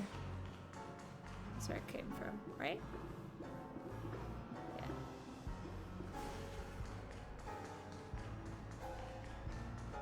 Yeah. Ooh. I hope you like this land of freedom on a scorched earth. As you can see, their sentences have long ended, and the IPC guards have long been expelled. Yet, these prisoners remain enslaved, not by external forces, but by the confines of their own minds. Freedom permeates every corner, except fragile souls. It gives solace only to those who believe in its existence. Prisoners, this is my order. Learn the essence of freedom and teach your fellow prisoners to fight for their lives. Oh, fighting. Hey, why don't we have to fight while enjoying the show? For I desire not only your enjoyment, but also your assistance in its completion. The dice have been cast. Bust. Or maybe I'll take it all. That was a lot of damage. That was a lot of damage, Adventurine. Good going. Let's improvise. Catch up. Watch your head. Oh dear. Easy, Numby. Sure, I'll play along. The market is on. Right! Investing in victory means playing the long game! Spend freely. Oh, that's not what I. Take your positions. Dreams do come true. The mood is set just right. Let the show begin! Honored to meet me. Do you know who this big diamond? I like this super break. Go Numby! Hedge your bets. Time to twirl! So many follow-up attacks. The dice can bust. Or maybe I'll take it all. Good job, bud. What are you looking at? Wow. No one can restrain you anymore. Thus concludes the first act. Amidst a raging war, the frontier prison headed toward becoming Land of the Exiles. This must be how Penacony was constructed. With the aid of outsiders, the prisoners were finally liberated and established the Land of the Exiles. However, it appears that Sunday aims to convey the spiritual plight of the prisoners more than the physical aspects of imprisonment. This show is a bit too literary for my taste. But the battle part is quite easy to understand. I like hitting Anyway, things. we've arrived at the exit. Let's go. I don't know how to read, but I like to hit stuff. Puppets, where are they guiding us this time? They transmuted streams of stars into inked nibs, creating symbols to be pronounced and counted. They molded stardust into flowing rivers, assigning the righteous upstream and the unjust downstream. Thus, all things were marked, and the world learned to discern between good and evil. That marked the third and fourth days. And then on Sunday, they rested.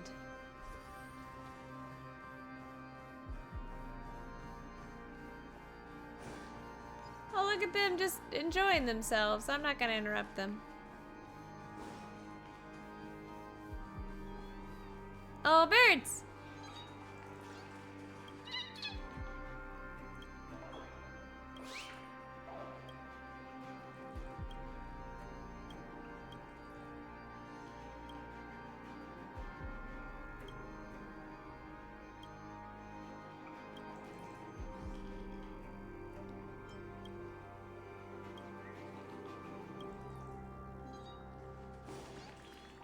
I wish it would tell me how many I'm missing. You know? That would be really helpful.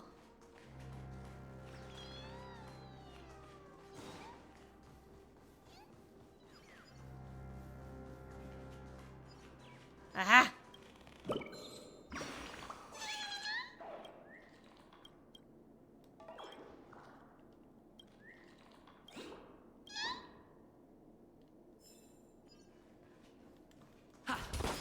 Sorry, I killed your friend. How many broken dreams? Oh, I don't know if that was intentional.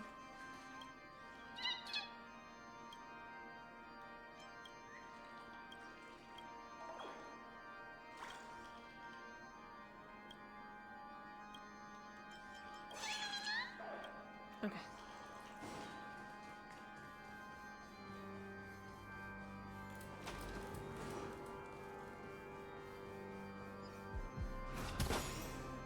Ooh, big money.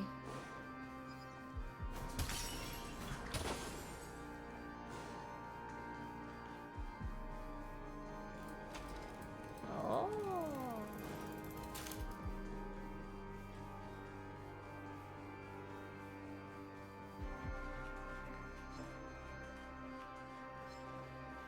Oh. It's fine. No, it's fine. Do not perceive. You're good.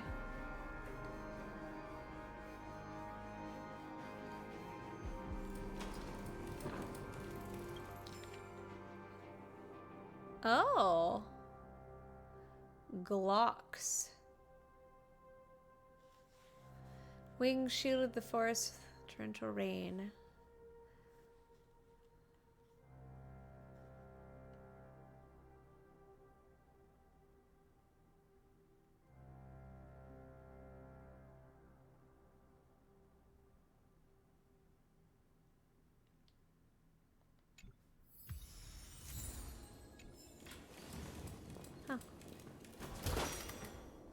Look, another frame.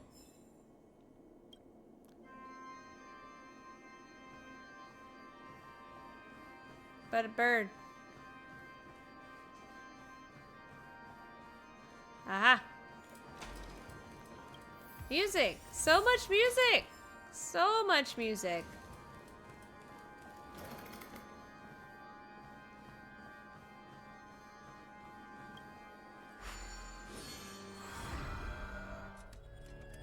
Act 2. Ode to Fool.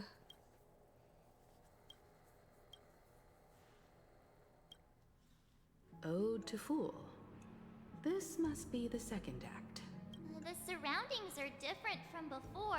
Bird. The stage. Tidier. Behold the ensuing tale. Peace never truly graced land of the exiles.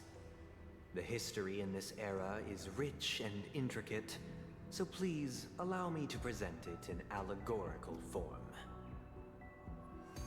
Okay. I waited for him to at least stop talking. Skill issue.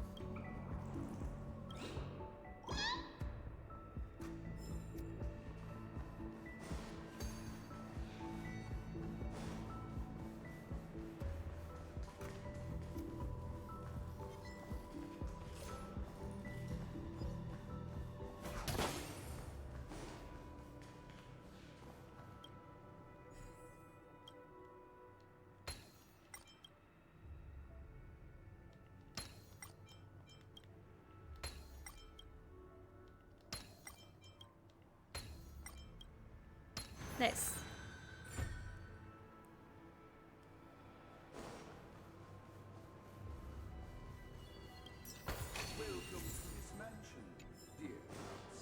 Land of the exiles was in disarray, besieged by both internal and external perils.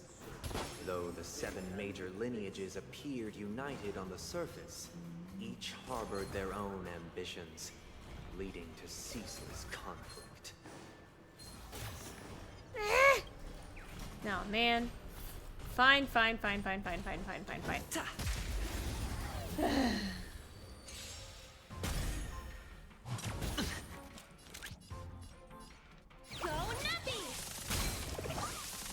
die hit the mark. Spend freely. Still the same one. Dreams do come true. Honored to meet me. This is when I could use Sampo. Watch your head. Time to twirl!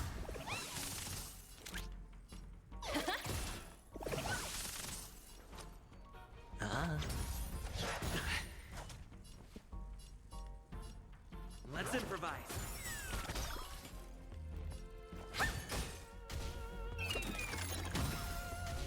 Nice. Thanks for the skill points. Easy, Numby. Liquidation! Time to twirl! All in. Time to twirl! The market is unpredictable. Right! Investing in victory means playing the long game! The dice have been tossed. Or maybe I'll take it all. Nice. Time to twirl!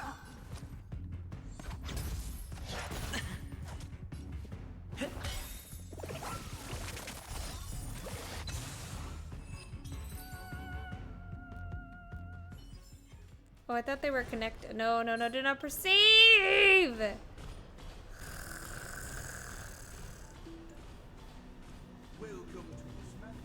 Oh my gosh, okay, I was like, leave me Land of the alone! Exiles was in disarray, besieged by both internal and external perils. Though the 7 major lineages appeared united on the surface, each harbored their own ambitions, leading to ceaseless conflict.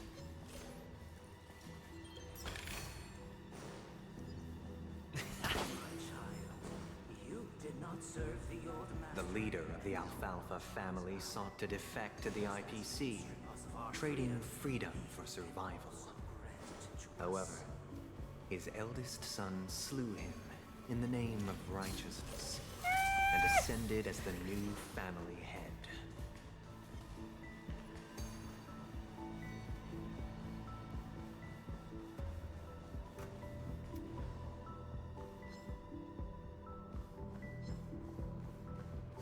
Just gonna walk. No, no, no, no, no, no, no, no, no, no, no, no. Okay. It's like, I just gotta walk really quietly.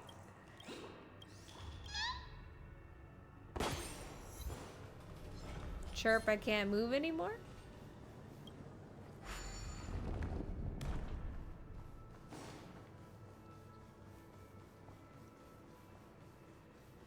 There's too many different routes.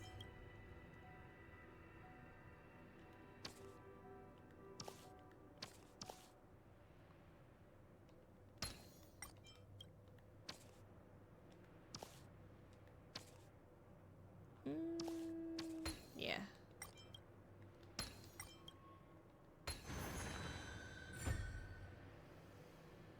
Oh, I see. Accountant, we are the pillars of this mansion. The Black Plum family was the first to fall. They withered away in the White Desert event, orchestrated by the Alfalfa family. Because Master shaped you from clay, but forged me from fire.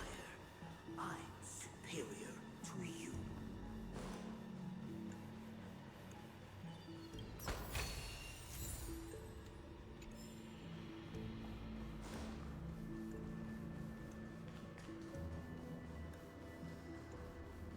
Okay, alright, okay. Oh, but what's that?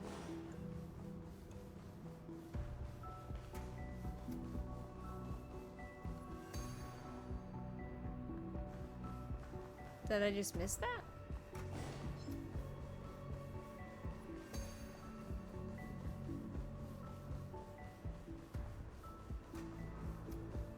Oh, there's some... Oh, that's weird.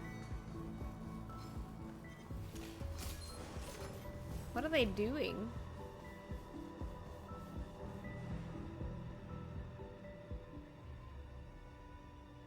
Strange. They're just hanging out.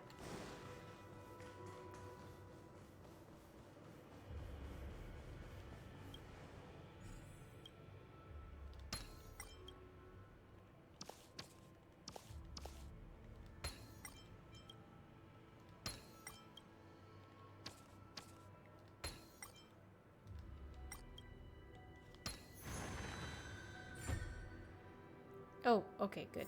Breach.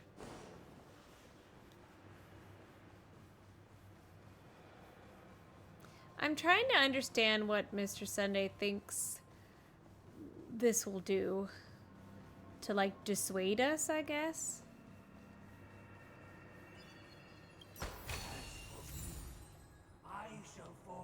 Only when Gopher Wood led the family to land of the exiles and earned recognition from all 5 major lineages did Penacony earn its new name, the Land of the Dreams.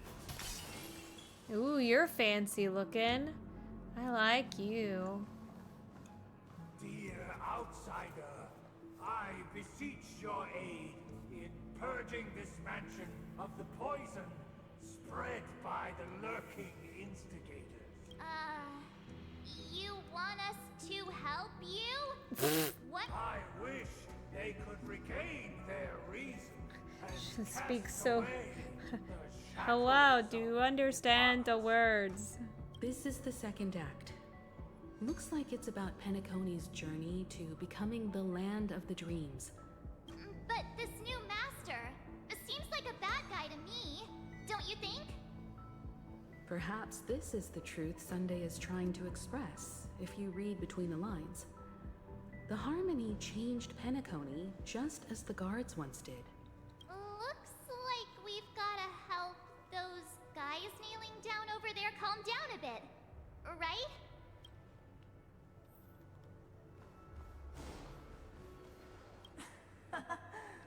In the absence of my master. Oh. I shall sing for my new master, just as their noble voice once resonated throughout. Master!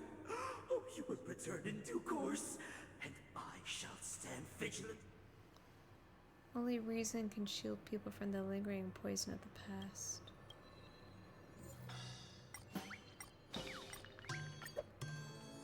Master, now that you have gone, I shall wait no longer for my reward.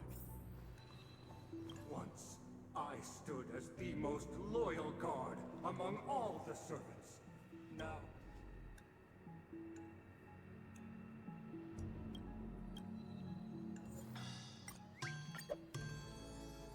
My former master has long departed. But why do I... Sorry that I'm like... Master is no longer here. I thought I'd be free, but I'm not. Now, without my master's command, I'll have... I apologize that I'm like skipping a little bit of the dialogue. Master is no longer here. I must seek... Either I shall be my own master, or I shall return to my former master.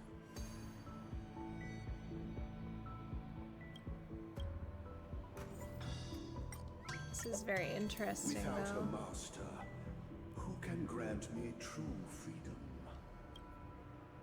Thank you, dear outsiders. Heed me, one and all.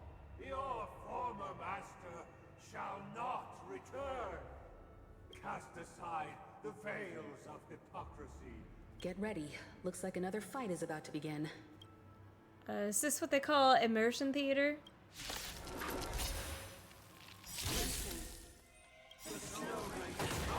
Ooh.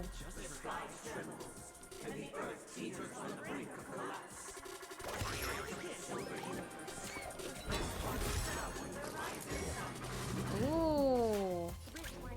This is when I need debuff. Go Nuppy! Time to twirl! Dreams do come true.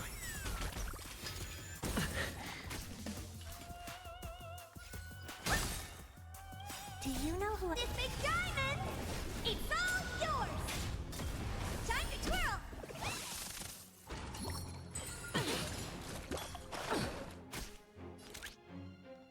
Liquidation! Hedge your bets. I like this music, though. Spend freely.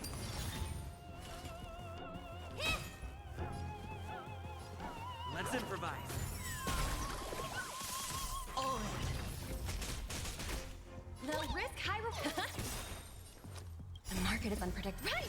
Investing in victory means playing the long game! I mean, like, technically, I could just end it and then have the... Whoa, nice! And then have the fight be the finale. Dreams do come true. But I don't want to do that. Dirty tricks, all right. Sure, I'll play. I wanted to be done. Stay in step. Let's improvise. Easy, Numby. The mood is set. Let the show begin.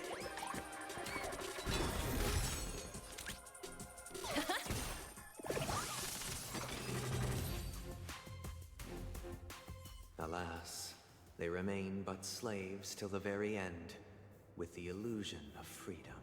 Thus concludes the second act.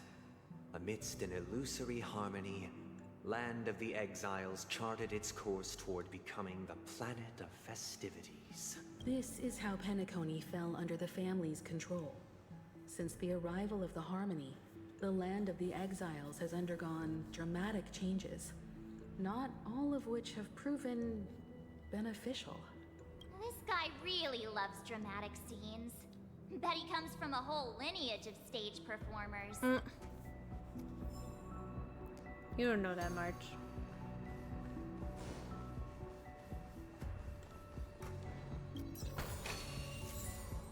Thanks for the shoes that are gonna get thrown away. Alright.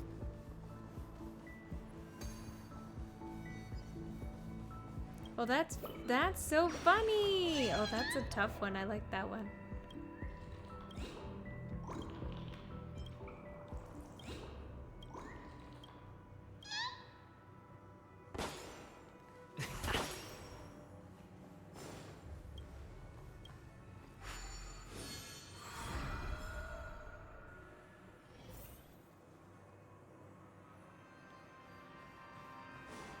They used the planetary rings to establish the law, forging a code of conduct among the masses.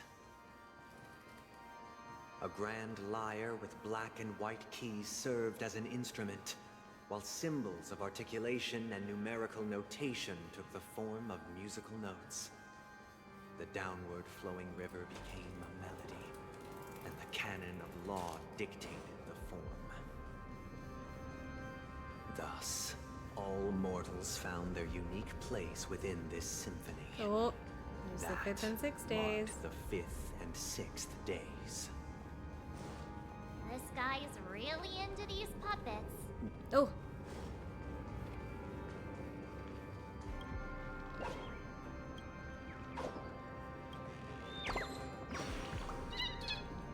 He's like the exact opposite of Markiplier, who hates mannequins. Mark probably wouldn't like this area at all.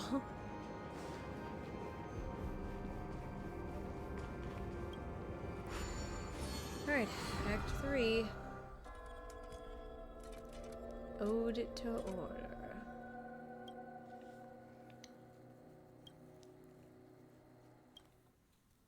Oh, I get it now.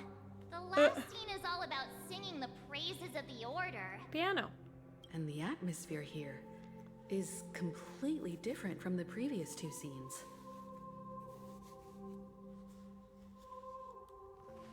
This is the concluding act of this play. I have showcased the past and present. Oops. I keep interrupting him. Please restart. This is the concluding act of this play. I have showcased the past and present of Penacony, hoping that my desire for change resonates within you. And now, I shall reveal its future to you.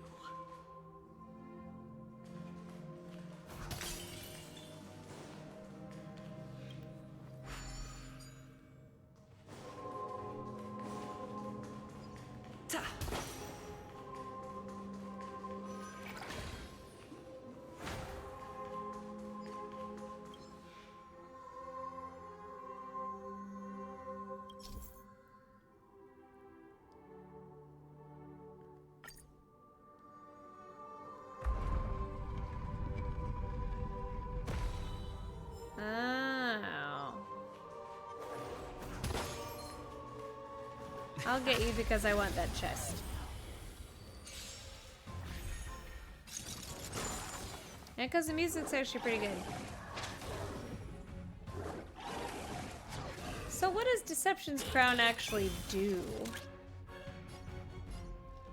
Go Nuppy! Time to twirl! I hit the mark. Ah. Oh dear. Hey! Let the valuation begin. Time to twirl! Sure, I'll play along.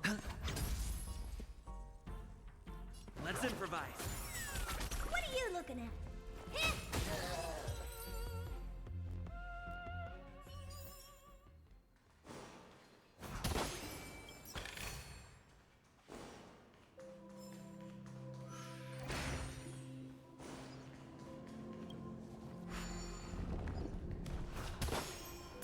There's another clock. I'll have to come back. I don't have time for the clocks right now.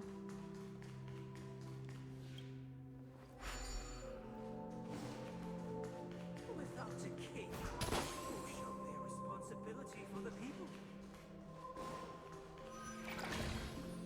If the people lack foresight, we will make choices on their behalf and bear the responsibility. That sounds elitist. And stand against the We shall support one, protect you, and standing against the mighty. I understand where you're coming from, but you should also let people stand up for themselves? Question mark.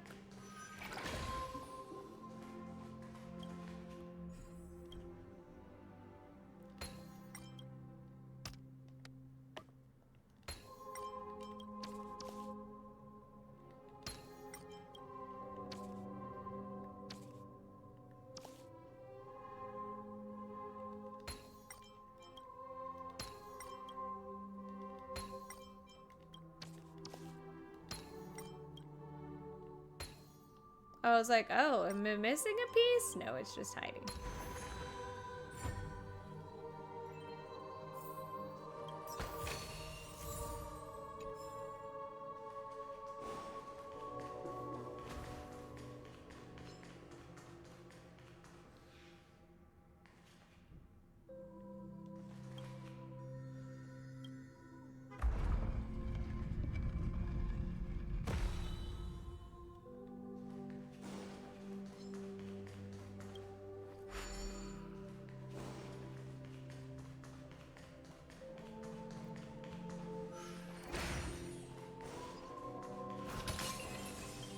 Without a king, who shall govern the movement of stars? Before the The ebb arrival and of flow of time. everything followed its natural course, and so it shall continue even after the king's departure.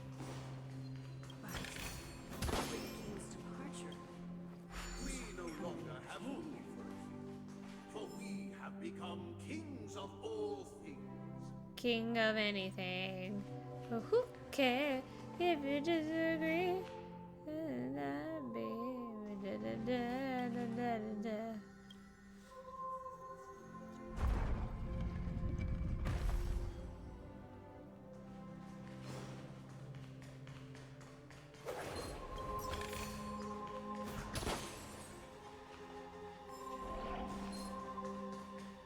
Ah ha ha ha ha ha ha.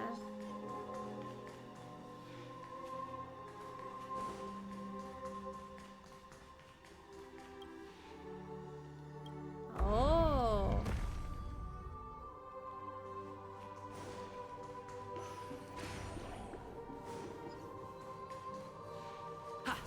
Oh, the final critter. Oh, this is the lady with the big booty. Wow, yeah, that's a big booty. I've seen pictures of her online. Hey, aren't we supposed to kick off a short story and have a fight here just like we did in the previous acts? Perhaps we'll need to complete the story ourselves, just like we did before. So, do you think their mind needs tinkering or something?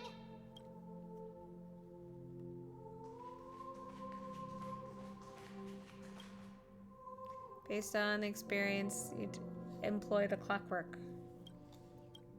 I guess. Oh!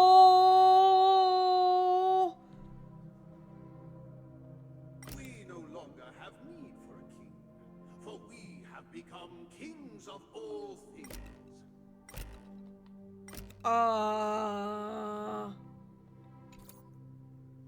How did it go? I'm freaked out. You can't change them? What does that mean? My apologies for my negligence. I forgot to inform you that the final part was scripted long ago. Oh, she's like made out of instruments. Let our previous king recount it to you. Now it is time for the final rite. Prepare for battle. Looks like we'll have to fight again. I like her design, like her legs are like violins. The infinite spiral staircase. I traverse towards the future with measures. No need to remain or seek my existence. When the contours of my mind shall be set, I will experience. Easy, Numby.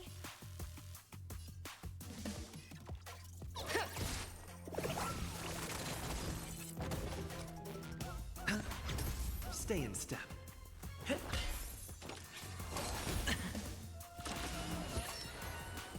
Oh, don't do that. Hedge your bets. Take your position. The dice Don't have have been debuff cast. person. Or maybe I'll take it all.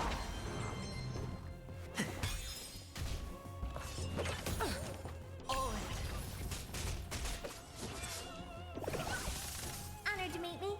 What did that say? Let the valuation be go, Numby!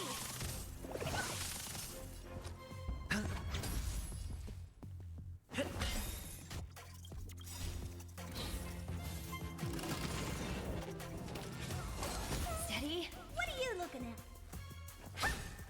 Easy, Numby. Liquidation! I hit the mark. Oh, this is gonna take forever. Let the valuation begin. Go, Numby! Watch your head. The market is on. Right! If only adventuring could dispel debuffs. Still the same one. The mood is set. Let the show begin!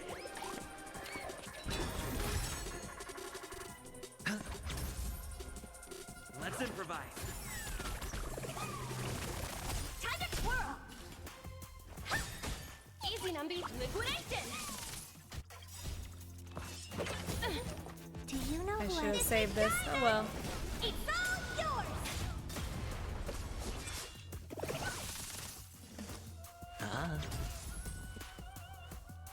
Dreams do come true. What are you looking at? Let the go, Numby! All in. I hit the mark. Nice. The dice have bust. Or maybe I'll take it all. Ugh, Stay damn in step. damblage. Let's improvise. Honored to meet me. Watch your head.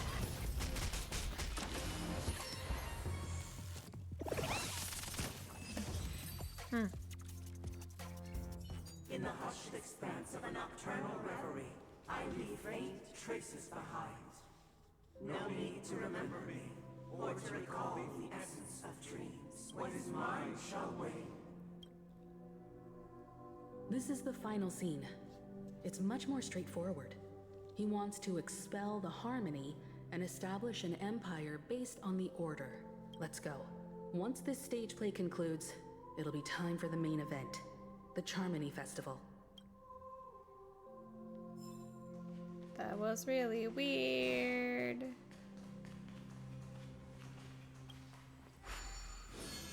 That clocky was a little something else. Ooh!